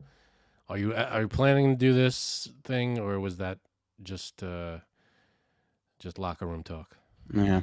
All right, Harry and Meghan, while we're waiting for the answer on that, fuck Meghan Markle and her bullshit. Yeah. This story, Frank, makes me so happy because I wish companies would learn from this. They signed Harry and Meghan, Spotify did, for $20 million. Why? $20 fucking million. Do you know how much content they got? No. 13 hours. Come on. We do that in a week. 13 hours. They gave him 20 minutes. So whatever it came to be, but today Spotify canceled their contract with them because they were like, get the 20 million or no? No. Nope. Wonder what they get. I don't know what they wound up getting. And so I guess the podcast was called Archetypes, and I think their company is called Archetypes. Okay. So they came out with a statement saying they agreed to mutually part ways. It's bullshit. You came in saying you were going to do all this stuff, and you fucking did none of it. Right. And so they fucking fired you. Yeah, nobody liked it. Nobody liked the podcast. It was dog shit. It was fucking horrible. All right. Like, even like, and everybody's comparing them to Michelle Obama. Her podcast was horse shit too. Terrible. But at least they, not only did she do one, but the Obama production company, whatever that is, they made a bunch of other ones too. Like they brought some content to the table. You know, this fucking piece of shit did 13 hours. And it was all, it was hard. We remember that one thing where she fucking tried to throw the suitcase show under the bus? That's where I turned on it, remember? The suitcase show. Yeah, remember she was on the suitcase show with Howie Mandel, pick a suitcase. Oh, right. Deal or No Deal. And she was like, oh, it was objectifying to women and I was never comfortable and all. Like, nobody would know who the fuck you are if you weren't on the suitcase show. Exactly. You know? No, that's bullshit. So wait, they did 13 hours and then they got canceled, or they just said we're only doing 13 hours? Well, no, it was like they saw, because like, here's the thing. And people think like these major deals are like, oh, there's like, these contracts are no more fancy than when somebody hires a 14-year-old to work the fry station at McDonald's. Like, it's really like, it's not like a 30-page thing. It's not. And it's like, oh, that's what you're going to do? Okay, we'll give you this much money. And then it's like, what then actually, like, you kind of, you kind of know how radio is. You go in there and you go, oh, we're going to do all these things. You're going to do all this stuff and you're going to have all the support. And you're like, oh, okay, great. Sounds good. And you get there and you're like, there's no support. You have to do 4 more things. And you're like, what's happening here? Oh yeah. If you're in radio, you got at least 2 jobs in radio. At least. At the station. You're doing 2 things. 2 jobs is a norm in the radio business. Yeah. So I think it was kind of like, she was like, well, we'll do this and we'll do this podcast and, we'll produce this other one and we'll bring shows and we'll do this. And they're like, okay, well, here's 20 million if you do all that. And then like after a year or 2, they look at it, they go, well, you've only done 13 episodes. So we're not giving you any more money. And, we're not going to continue. Like, they're out. Yeah. Like they're over. I know they said, again, they put out a press release saying they've decided to mutually part ways. Their contract was canceled. And it was the $20 million deal canceled by Spotify because they've done fucking nothing. And the buzz around Spotify is, and this has been written about, I don't know anybody who works at Spotify, but I know somebody who knows somebody, and I saw what they wrote about it. Is it Jay Sapp's friend? It's Jay Sapp's friend. Okay. And it confirms that they flat out call them fucking lazy. Bill Simmons, who does sport, his sports thing got bought by Spotify, so he runs all the sports content for Spotify. He's like, they're fucking lazy. And he said that Harry called him up and was like, what, we signed this deal, like, give me some advice. And he told Harry everything that should be done. And he was like, the response was embarrassing. Like, he was like, oh, that's like a lot of work. And like, they're giving you fucking $20 million. They're not doing anything. Yeah. It's not like they have another job that they got to, I'm going to be late to my other job. You're doing a couple hours a week. How often did they do these podcasts? That's just, I hate it. It started with satellite radio, right? It was like, you had Howard Stern and Opie and Anthony. Okay, those were radio people. And then they gave a show to Oprah. Then they gave a show to the Today Show. And then they gave a show to fucking the Real Housewives. These people don't know how to do this. Right. This seems easy. It's not. This is a complicated thing to do this well. You got to have some kind of skill, I guess. Well, you say skill. I say disturbance. I say some kind of whatever it is, issue. You got to have it. It exists somewhere. Yeah, some people. And these celebrities we're the best at it, but yeah, they just think because they're famous, they have stories to tell, which they might, but you got to know how to tell them. Yeah, exactly. And you got to be willing to tell them too, and tell them in an interesting manner. Like most of these people, like Meghan, just fucking show up and expect everybody to be happy that they're there, and that be the end of it. And it's like, you took $20 million from this company and you gave them 13 hours worth of horseshit content that is not interesting at all Aaron in was any telling way, me. shape, or form. Aaron was telling me they had to dub in her voice. Oh, you know, like people, like if she was doing interviews, the producer or someone would interview the person, and then they dub in Meghan's voice, Meghan Markle's voice, to do the, you know, to fill in. Like it would sound like she was interviewing her. And the other part was, and then she would just make it about herself. Whatever the interview was, whoever she was talking to, it would always come back to, oh, well, her, you know, it would revolve around whatever she's doing. Whatever she's doing. And it's like, you're not that interesting. You're a fucking 7.5 who got extraordinarily lucky. Right. She's my Pete Davidson. She is your Pete Davidson. Yeah. She's everybody's Pete Davidson. Everybody feels the same way, I think. And I would feel so much better about her if she didn't complain about how unfair her life has been. It's like, what are you fucking talking about? Yeah, talk that's to people that are working 4 jobs just to make ends meet and raise their fucking family. You snotty piece of shit. Exactly. Yeah. No, she's got.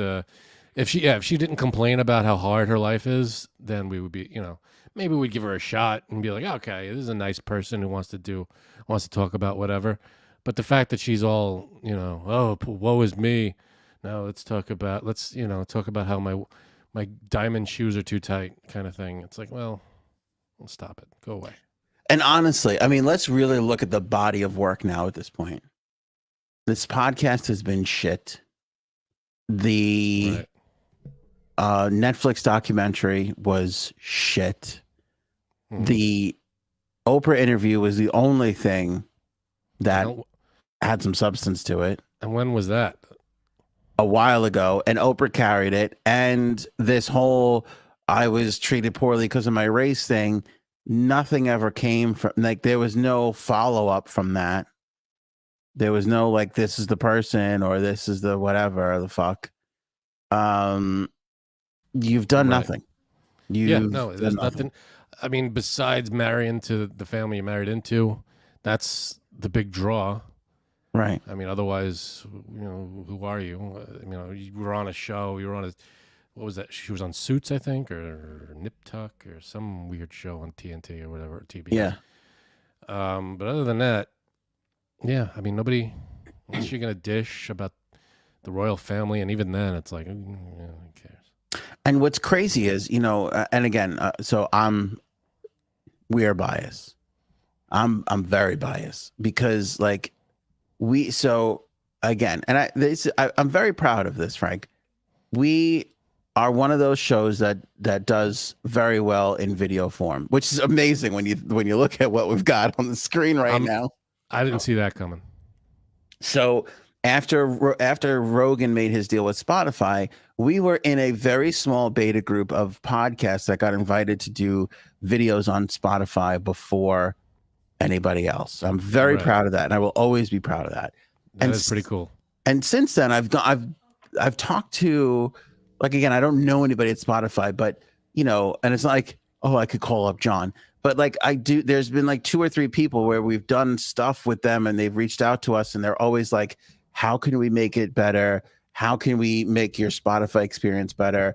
And what do you need as a creator and all this and that? And it's kind of like, stop giving your money to fucking people who can't do this and invest more of that money invest in the talent. That's always been a problem. Investing in talent has always been a problem. It's a problem in almost every media. Yeah. From TV to radio to podcasts. The talent, I feel like whatever goes out on the air is almost secondary or tertiary, because it's like, let's take radio, for example. It's always sales runs the show. Sales, the commercials, everything. And then, you know, the music, and then maybe the talent. And it's like, you know, maybe if you invest a little more help into your product, a little more into what you're putting out there, you know, your sales will go up. You know, it all helps each other. But if you're only focusing on one part of it, and that's sad when that happens. Same thing with, like you said, Spotify. They're putting all this money into the wrong pockets, I'm not saying they should dump money onto the problem, but maybe focus a little more on where the talent is and try to seek out the talent. That's one man's opinion. Don't get me wrong. Rogan was a good move. You know, he brought a Sure. lot of eyes and ears into the platform. Buying Bill Simmons, I forget what Bill Simmons' thing was. The fucking huckster. I don't know. They all have these weird, stupid names. The guy works. You know, the guy produces a podcast, a sports podcast. He's got a movie podcast. Like, the guy fucking works. You know, Right. They took the Caller Daddy girl. You know, she's kind of, I think she works too. I think she only does one a week, but still, I mean, she's bringing eyes and ears into the platform. But you have like our show, and there's a lot of shows out there like our show. There's shows smaller than our show. There's shows bigger than our show. If you invested that money in each one of those shows and helped each one of those shows get to their next level, that's how you're going to win in the long run. You get more content. You get more people looking at this stuff, saying, it becomes like old TV shows. People are invested in it, and they want to watch what happens. They want to see what's going on. Yeah. And that's sad that's not the way it works right now. I don't get it. But I just want to take a quick second. People are welcoming me back. Bees. I'm surprised. Life. I know. Who would be excited to see you? It's amazing. I don't know. Good to be back. Thank you. Appreciate it. Brian, appreciate the welcome back. Everybody who's I can't scroll up too far in the chat, but there are people a while back that were saying welcome back. I appreciate the warm welcome. It's my back. I threw my back out. And it's still not 100%, but I'm on the mend. I appreciate it. Thank you. Meghan's podcast needs this live chat. We are worth $20 billion. Yo, our fucking, that is true words never spoken. I wish there was a way we could use AI to turn the live chat into a podcast on its own. That would be something. That'd be a good show. We got a lot of good characters in our chat. They're a lot of jokes. You know, while we're talking and saying whatever the hell we're saying, the jokes are flying in the chat. And often better. Often, very often better. Better in the chat. So while you're watching the show, get the chat going underneath. If you're watching our show, take a second to activate the live chat. As we're talking, the chat goes and it fills out during the whole show, and you can watch. It's trip, man. Yeah, it's good. People watch on Facebook. The chat on YouTube is the best. That's where the chat is the best. Because it culminates all. I think if you're on Facebook, the chat from Facebook goes into the YouTube thing. Is that we can? I can bring it up here, but they don't see it necessarily organically. Yeah. Okay. Well, yeah, the chat on YouTube has, I think, the most, people chatting. So that's where it's the best. Yeah. Right. 100%. For the Spotify people that watch on Spotify, go watch on YouTube. Still better. What was I going to say? There was a great show, radio duo called Mike and Mike. Did you ever work with them? I forget. I don't. So. They kind of circled around CBS for a while, and they had this idea to have a caller. This was, the internet was around, but not like it is today. They had an idea. This is in the 90s to have a callers only show, and they would talk about them. Like they were okay, but I always thought they came up with these innovative, fun things. Like, one of the things I took from them was they would do their commercial reads in the middle of their show. And I always thought that's kind of brilliant because nobody sees what it's like how those things get really put together. And they would just come on and do their live, and they would just like rip the copy and shit all over it, which is what every voiceover person does. They get their little fucking copy and they go, I'm not fucking saying this. You can't expect me to say this. Yeah. And they were rewriting it and doing all this stuff. So anyway, that was one of the things they did. And the other thing they did was a callers only show. They kept talking about it. They're like, one of these days we're going to start the show. You're not going to hear us, and we're just going to start putting callers on the air. And whatever the callers talk about and do, that's what he's like, and we'll see how long we can let it go for. I think they went for around 22 minutes, which is a real, like, I caught it. Long time. That's a long time where it was just plunking callers on, nothing. You did not hear, you didn't hear, all right, John and none of that. It was just the show music started. They put a caller on. He figured out. Saying was what they were saying. Yeah. And that I'm sure they had to bleep whatever, you know. Yeah. Sure, they had to cut out some curses here or there. Well, yeah, they were on dumps and stuff too, but yeah, so that was that. That was fun, and that's fun. always stuck with me, and that would be a fun thing to do here. But you know what the thing is I think a lot of our, like, when you look at a lot of the comments that are great, and there's tons of them. I'm not going to start naming everybody. You know who you are. It's the commenting that's great. They don't want to come and do this part of it. You know, that's true. Yeah, that's fine. It's a different thing to be sitting on this side of it, you know, and Right. like that's, you know, that's kind of like the more fun part of it is being over there. So it's finding out how to get that and put it into this AI. Yeah, AI, I guess, is the way to do it. You just plug it, but it wouldn't be live, I guess. It would just be, I don't know, it's just an assigned script into AI, but or we'd do it like Mike and Mike did. We give everybody in the chat, we give them the link, and they come up and they pop up in the show, and they just start talking about whatever.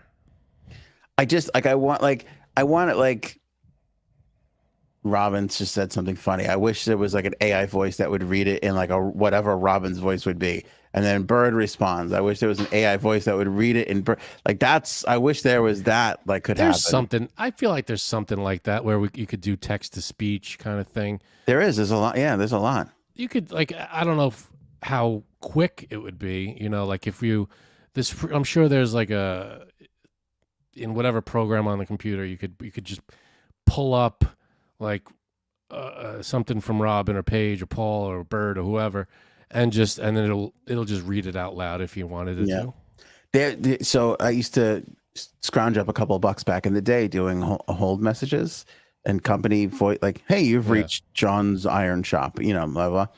So somebody I know goes. There's a new thing that does it. AI just does it, and I go, "Yeah, but welcome to John's Iron Shop." Like nobody wants to hear that shit. He goes, "Watch this." He shows me. He shows me the script. He goes, "I just did the script.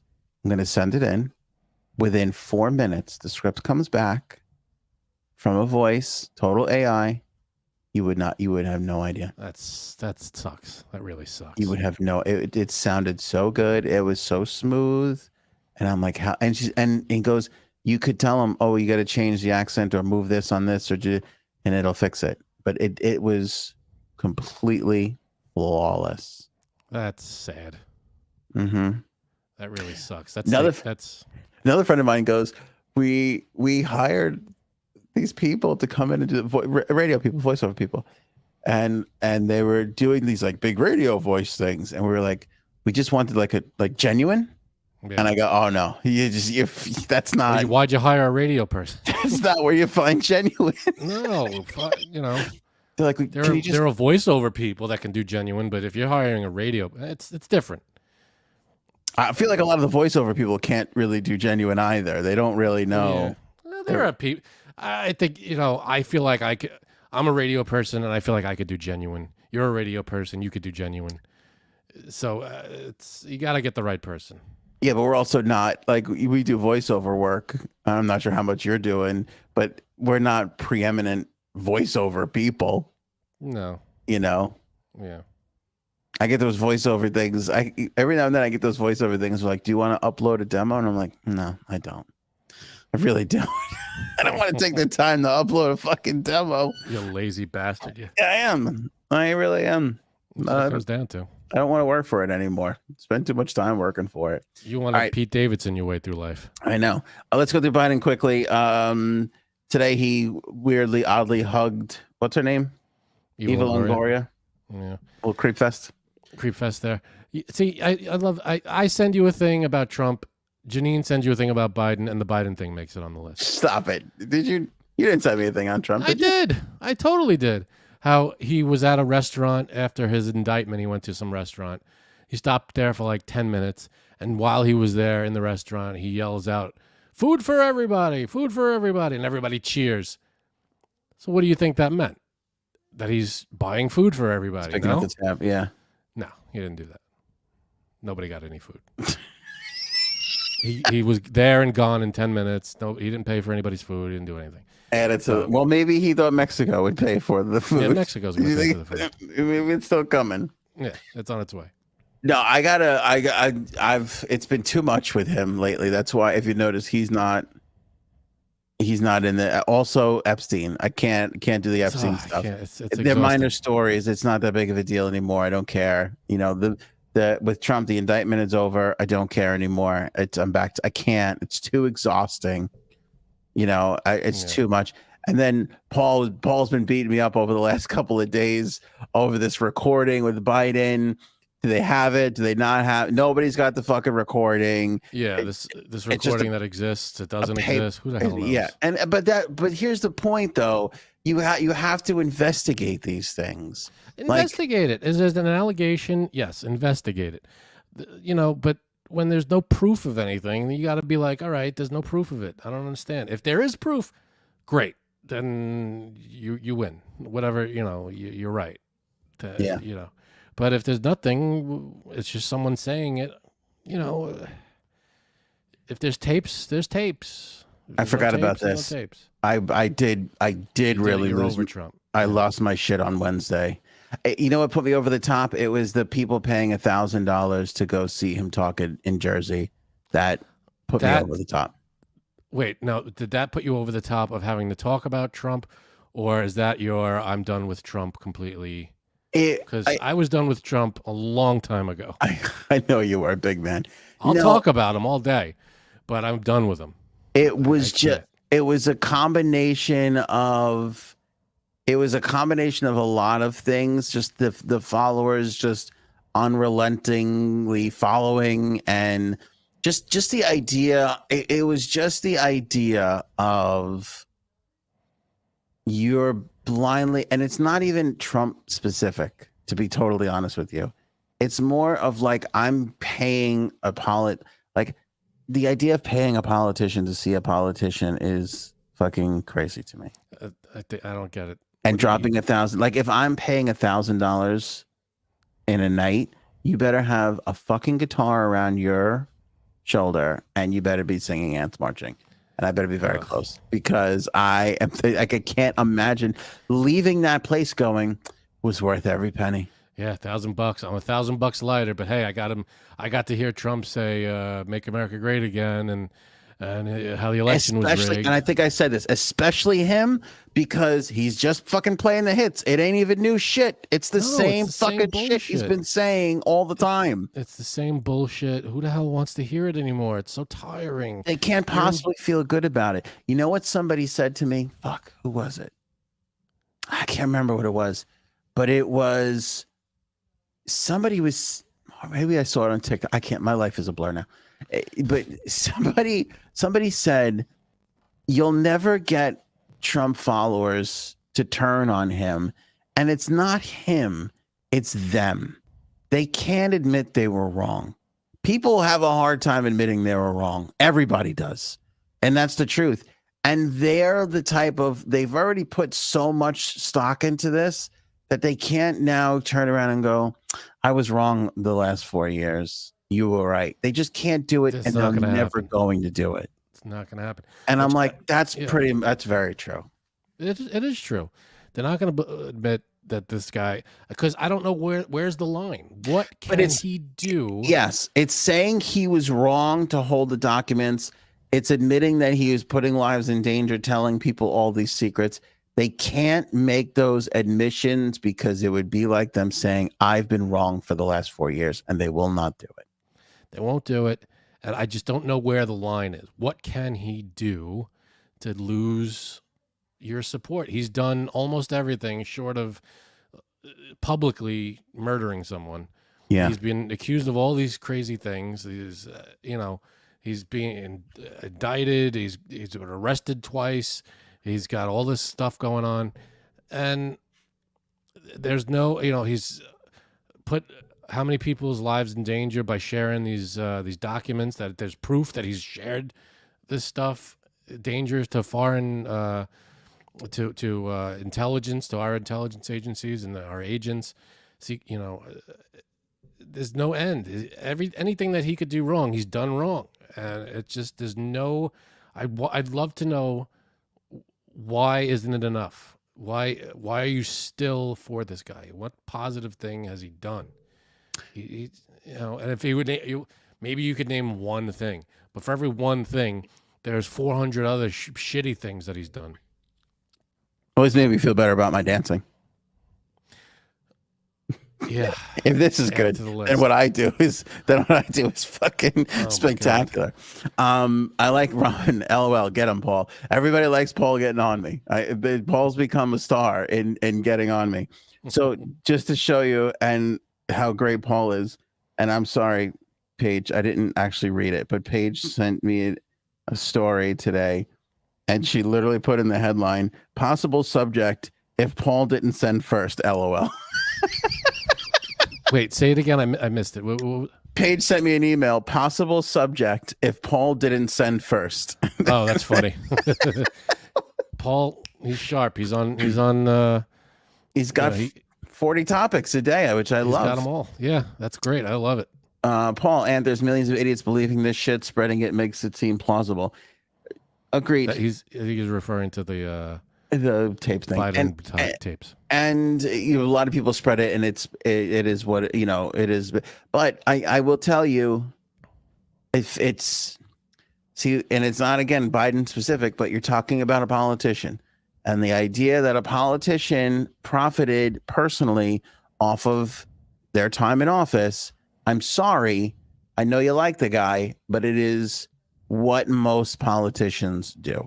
So the idea that he took a bribe, I feel, needs to be investigated wholeheartedly, and a lot, because that to me, like if there's, and I'm not one of these guys, because again, the Cruz is yelling at the FBI director. Okay, we got to put pressure on the FBI. I understand that, but at the same time, they're investigating. Let them investigate. Yeah, they're investigating. Not only that, I think there should be like a ban on when we're talking about one thing. Like if I don't know, Ted Cruz or anybody is talking about anything, like they're in session and they're discussing Biden or they're discussing Trump, keep it on Biden or Trump, because then they go, oh well, why didn't you do this with Hillary, or why didn't you do this with we're not talking about that. If you want to investigate that, we'll do that separately. We're talking about Biden or we're talking about Trump. Let's keep it on what we're talking about. Well, why? We're not talking about that right now. We're talking about Trump, or if you want to talk about Biden and his holding on to documents, that's a separate issue. It may be about similar things, but it's a separate issue. Well, they both handled it differently, which makes it very different. Exactly. There's major differences between the two. But I think, the idea that, and here's the thing too, especially with the Hunter laptop, like that's already in the hands of the Republicans. So you can't cry about that because that's being investigated as it fucking should be. And sure, let's admit, when that all came out, that was all mishandled the wrong way. And the left did get the benefit of the doubt on that one. There is a little bit of a bias. I'm not saying there isn't. There is.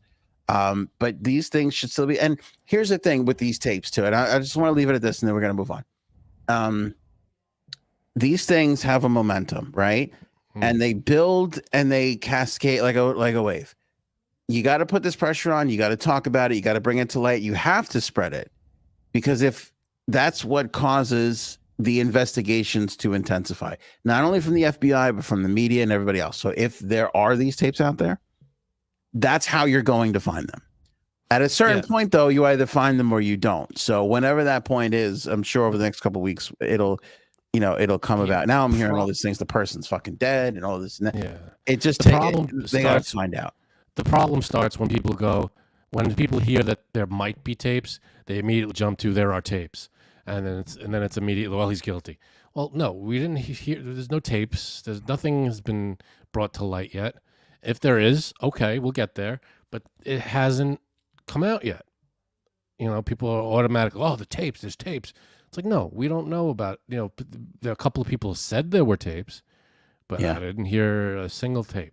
I have to be honest with you. Just pure opinion, speculation. I feel like there's tapes. I don't think you would do that kind of business with those type of people without running a little insurance policy to hold on to just in case. Maybe there are tapes. I don't know, but we haven't heard them yet. Yeah. I don't know if there are, and it's true that what he did was fucked up. And indict, do what you got to do. Follow the letter of the law. I think that's the difference between most. I'm not going to say all, but most Trump supporters and most of the. I'll say left and right. Let's go there. Most left and most right. On the right, in my opinion, most. I'm not saying all. Will go. No, they'll dance around it and they'll go, "Oh, Trump did, but he didn't do anything wrong." But what about Hillary and what about Biden? When the left or other people might go, "Well, all right, if Biden fucked up and did something wrong, take him down. I don't care." Well, yeah, it's more so like, did a politician personally benefit? Yeah, I think so, because most of them do. Pelosi and her husband, all the fucking tax things. You look at McConnell and all the fucking, they all go in with a net worth of like a couple 100,000. And they all come out millionaires. These fuckers are shitty, awful people. All right. D said, I heard the tapes. Can you send those send me what you heard, D? Yeah. And Paige a little further down says, Dia, I heard the tape. There is no bribe, no money mentioned. So I'd like to hear. So, and by the way, this is why, if something was played somewhere, it's new, because I've been following this for a couple of days now and I have not seen or heard any audio.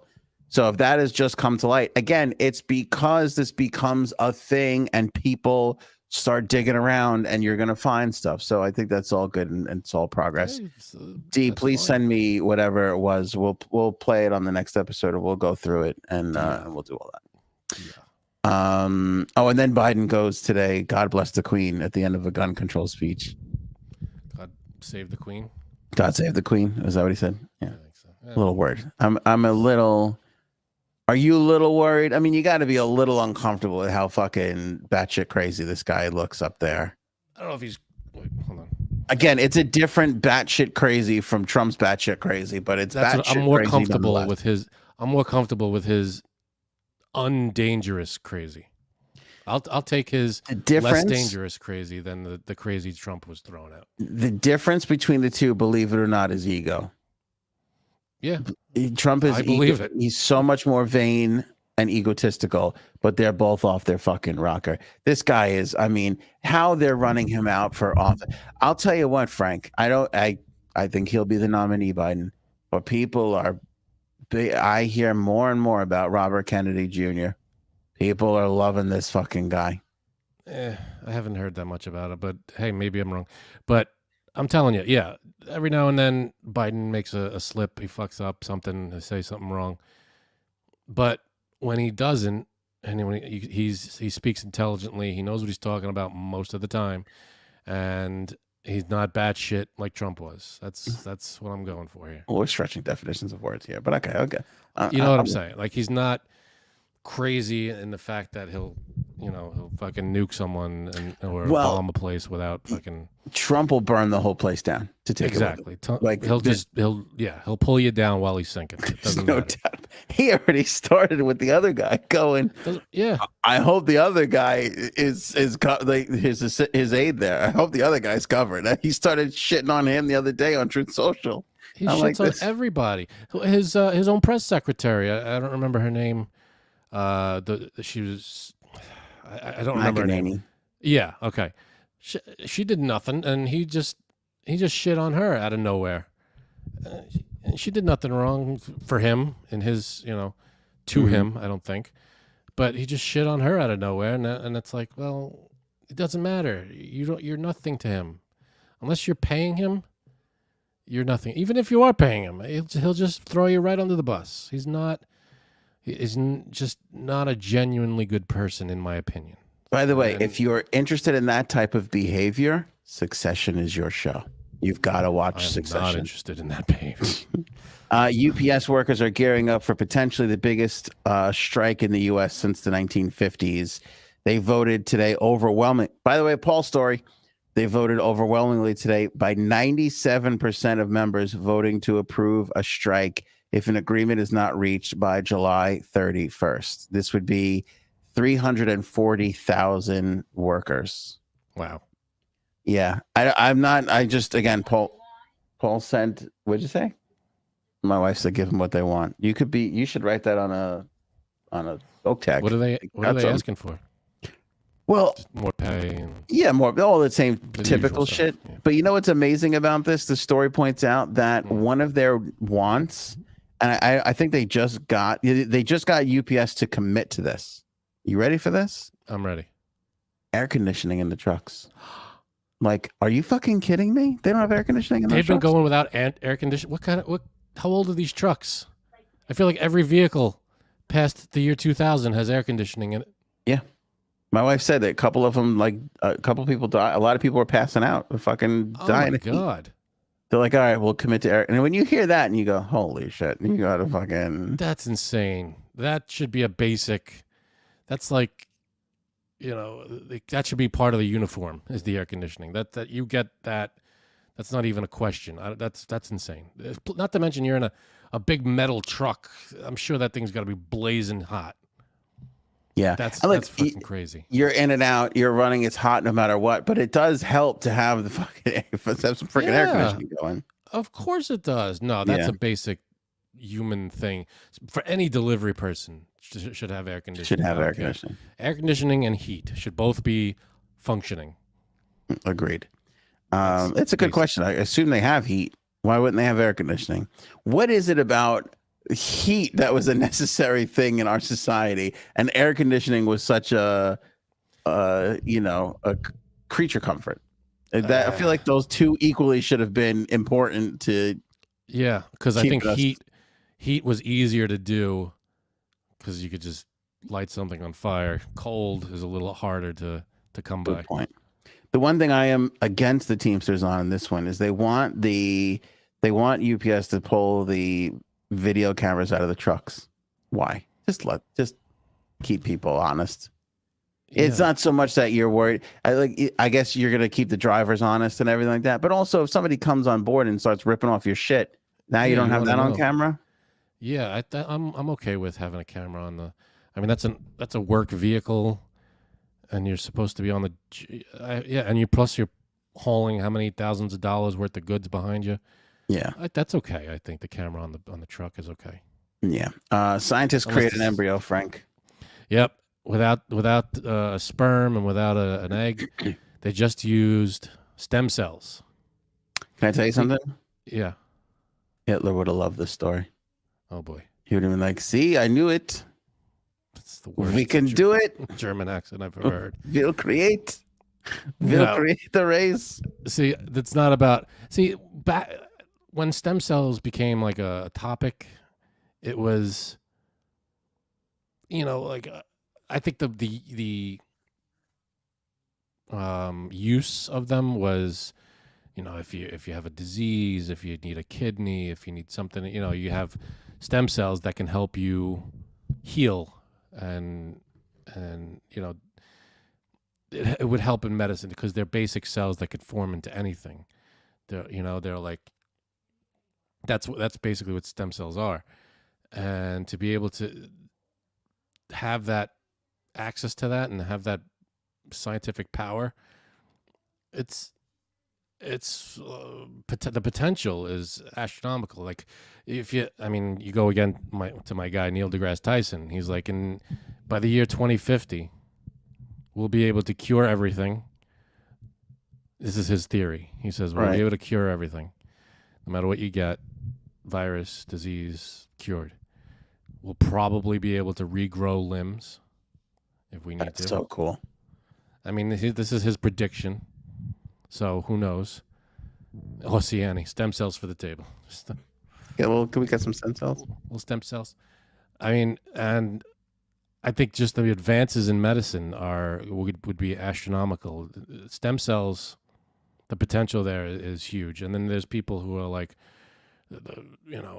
is it ethical? I mean, I don't understand what's unethical about using stem cells. I mean, if the way you're getting the stem cells doesn't hurt anybody, should be fine. Mm. I don't get it. You know, there are It's not people who, very- when their kid's born, they take some stem cells and they freeze them, and now they have stem cells put aside. Don't the people kid- eat stem cells? Do they? A little stem cell hummus, I think, on a Sunday. That's nice. That sounds nice. That sounds delish. I'm with you, man. More stem cells, but I am. It's getting a little weird. Oh yeah, no, it's definitely weird. We should be overseeing. You know, why are we making an embryo out of nothing? I don't know.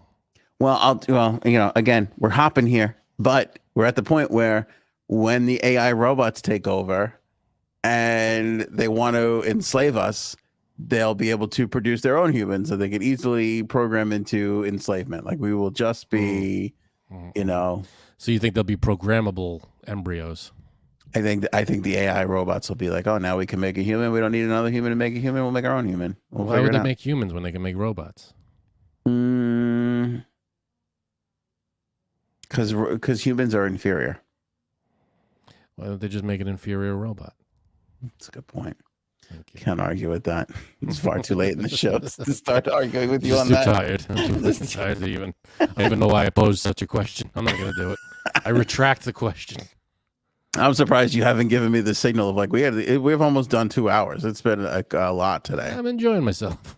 It's not too bad, right? All right, last story. Pat Sajak's successor, Vegas has put out odds on who they think is going to take over for Pat Sajak on Wheel of Fortune. Fine, I'll do it.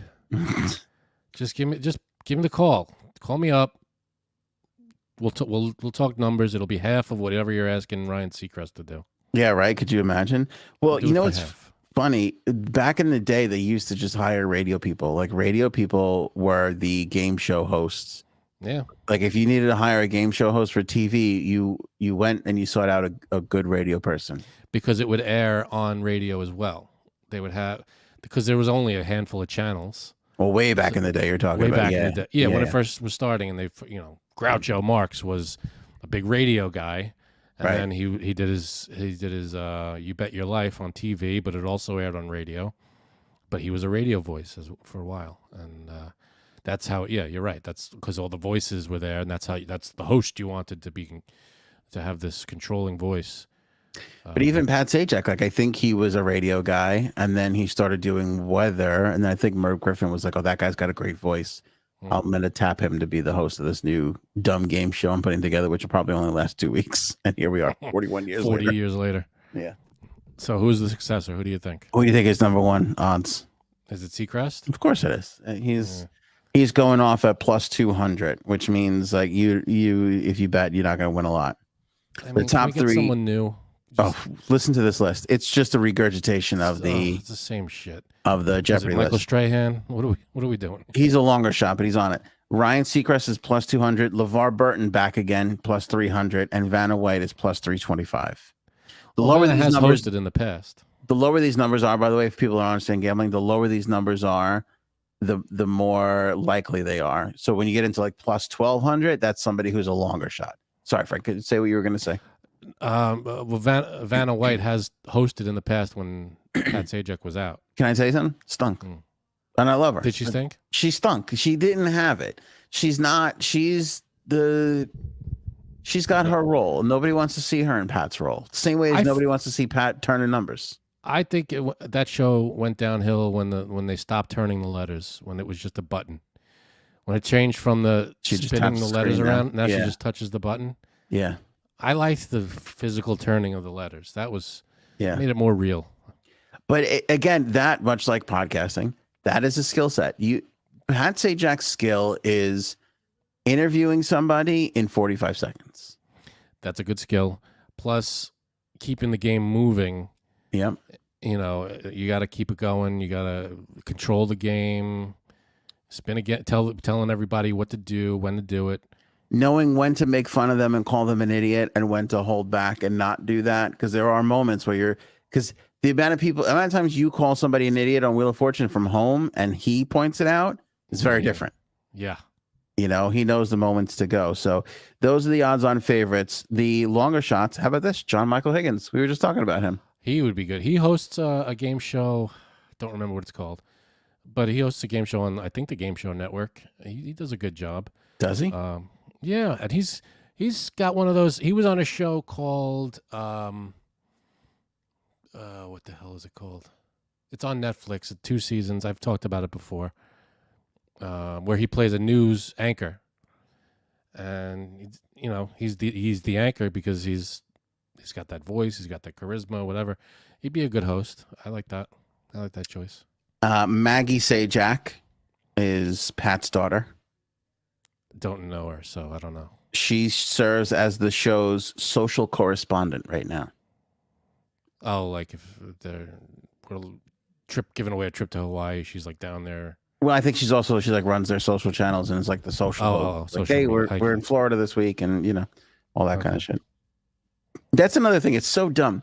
They're in Florida. Like, who gives a fuck? And then I'm like, oh, they're in Florida. Paul. Yeah, right. Paul. It's probably going to be Pete Davidson. It's probably going to be Pete Davidson. Oh, come on. I can't. That'd be great. Wayne Brady, John Michael Higgins, Maggie Sajak, all plus 1,200. I can see Wayne Brady doing it. He hosted Let's Make a Deal. He was good. Yeah. It's fine. I used to love Wayne Brady. I don't know what happened. I'm kind of like... Well, what's wrong?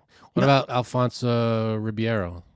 He's got America's Funniest Videos. Is it still going? Enough with him, yeah. What about, what's his name? The guy who used to host it. Okay. Tom Bergeron. Thank you. Tom Bergeron, plus 1,200. I was going to say, he's my pick. I think Tom Bergeron is the guy. But is he retired? I think so. And didn't he say something have wrong? Him for 5 years and then he's done? Isn't that what didn't he say something wrong? Because didn't he get in trouble, which is why he left whatever the fuck? The dance show. Because he was doing the dance show too. Yeah. So you think you could dance? Or something like that. All right. These people are plus 2,000. Don Lemon. I don't think so. No, that's not going to happen. Michael Strahan. Yeah. And again, he wouldn't. He's not leaving the sports thing. No. I think he's comfortable where he is. But I'll say, look, for like a John Michael Higgins, you look at it and you go, that guy acts. He's like in movie. Like, I don't know if he needs it. But on the other hand, he's hosting an under the radar game show right now. He's doing it, which I didn't know.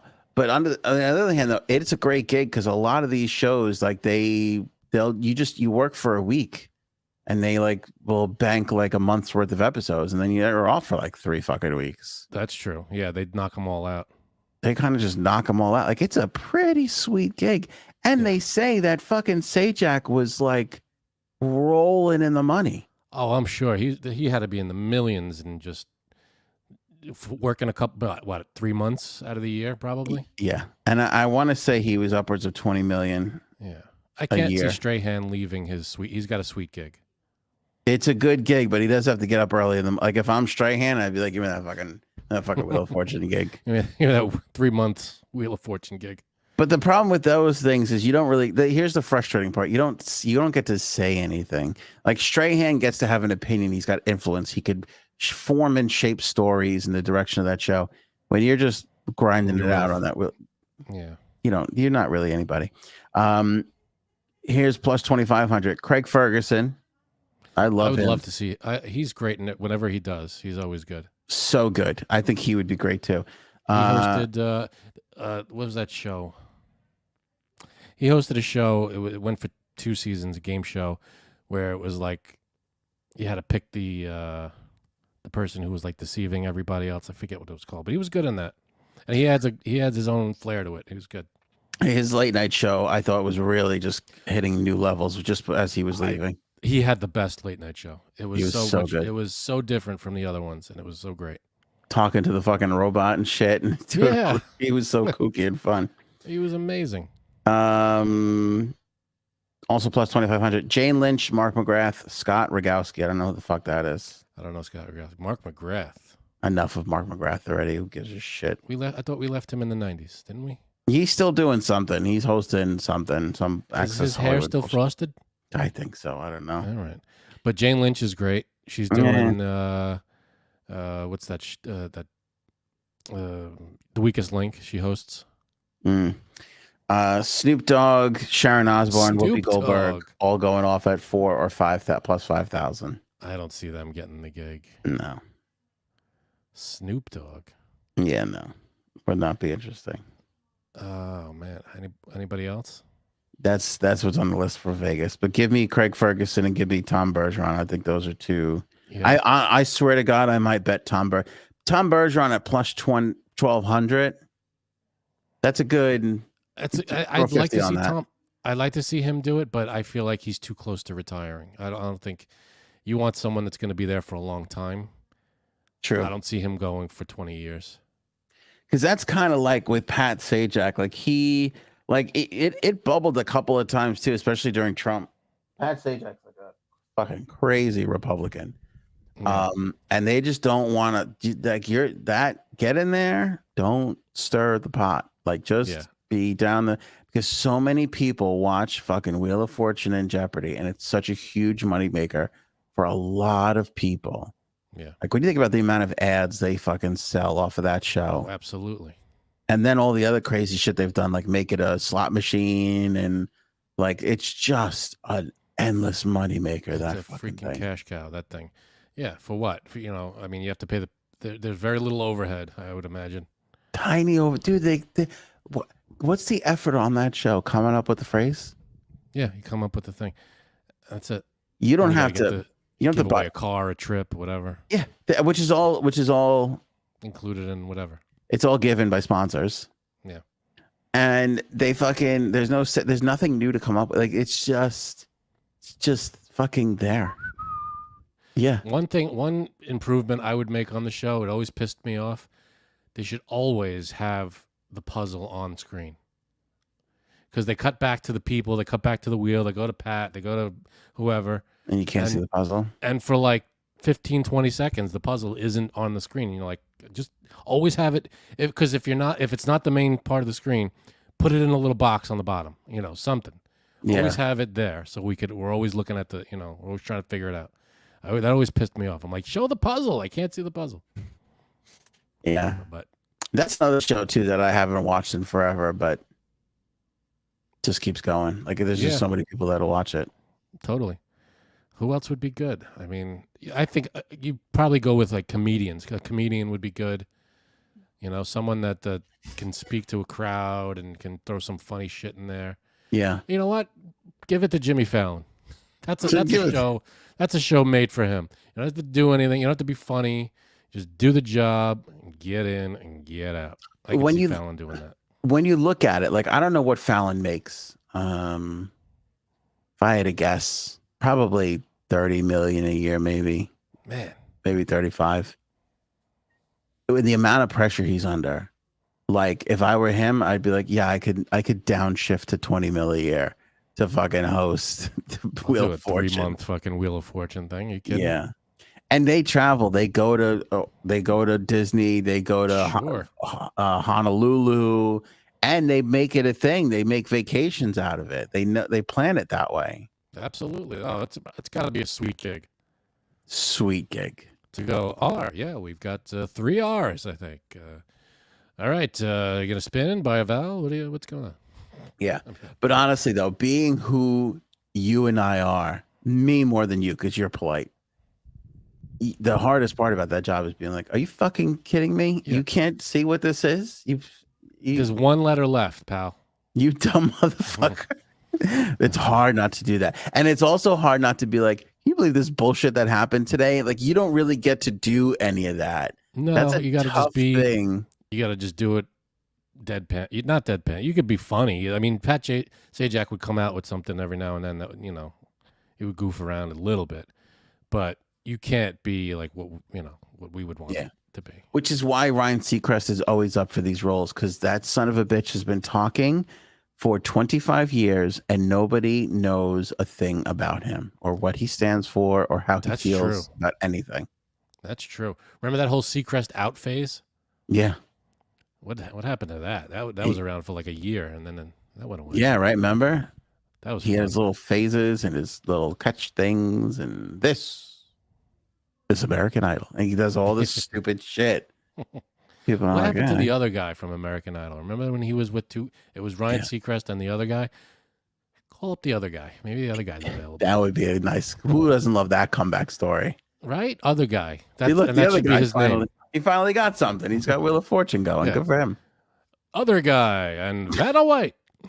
He had a shitty, awful. Somebody in the chat's gonna. I'm not even bothering to look because somebody in the chat's gonna come up with it.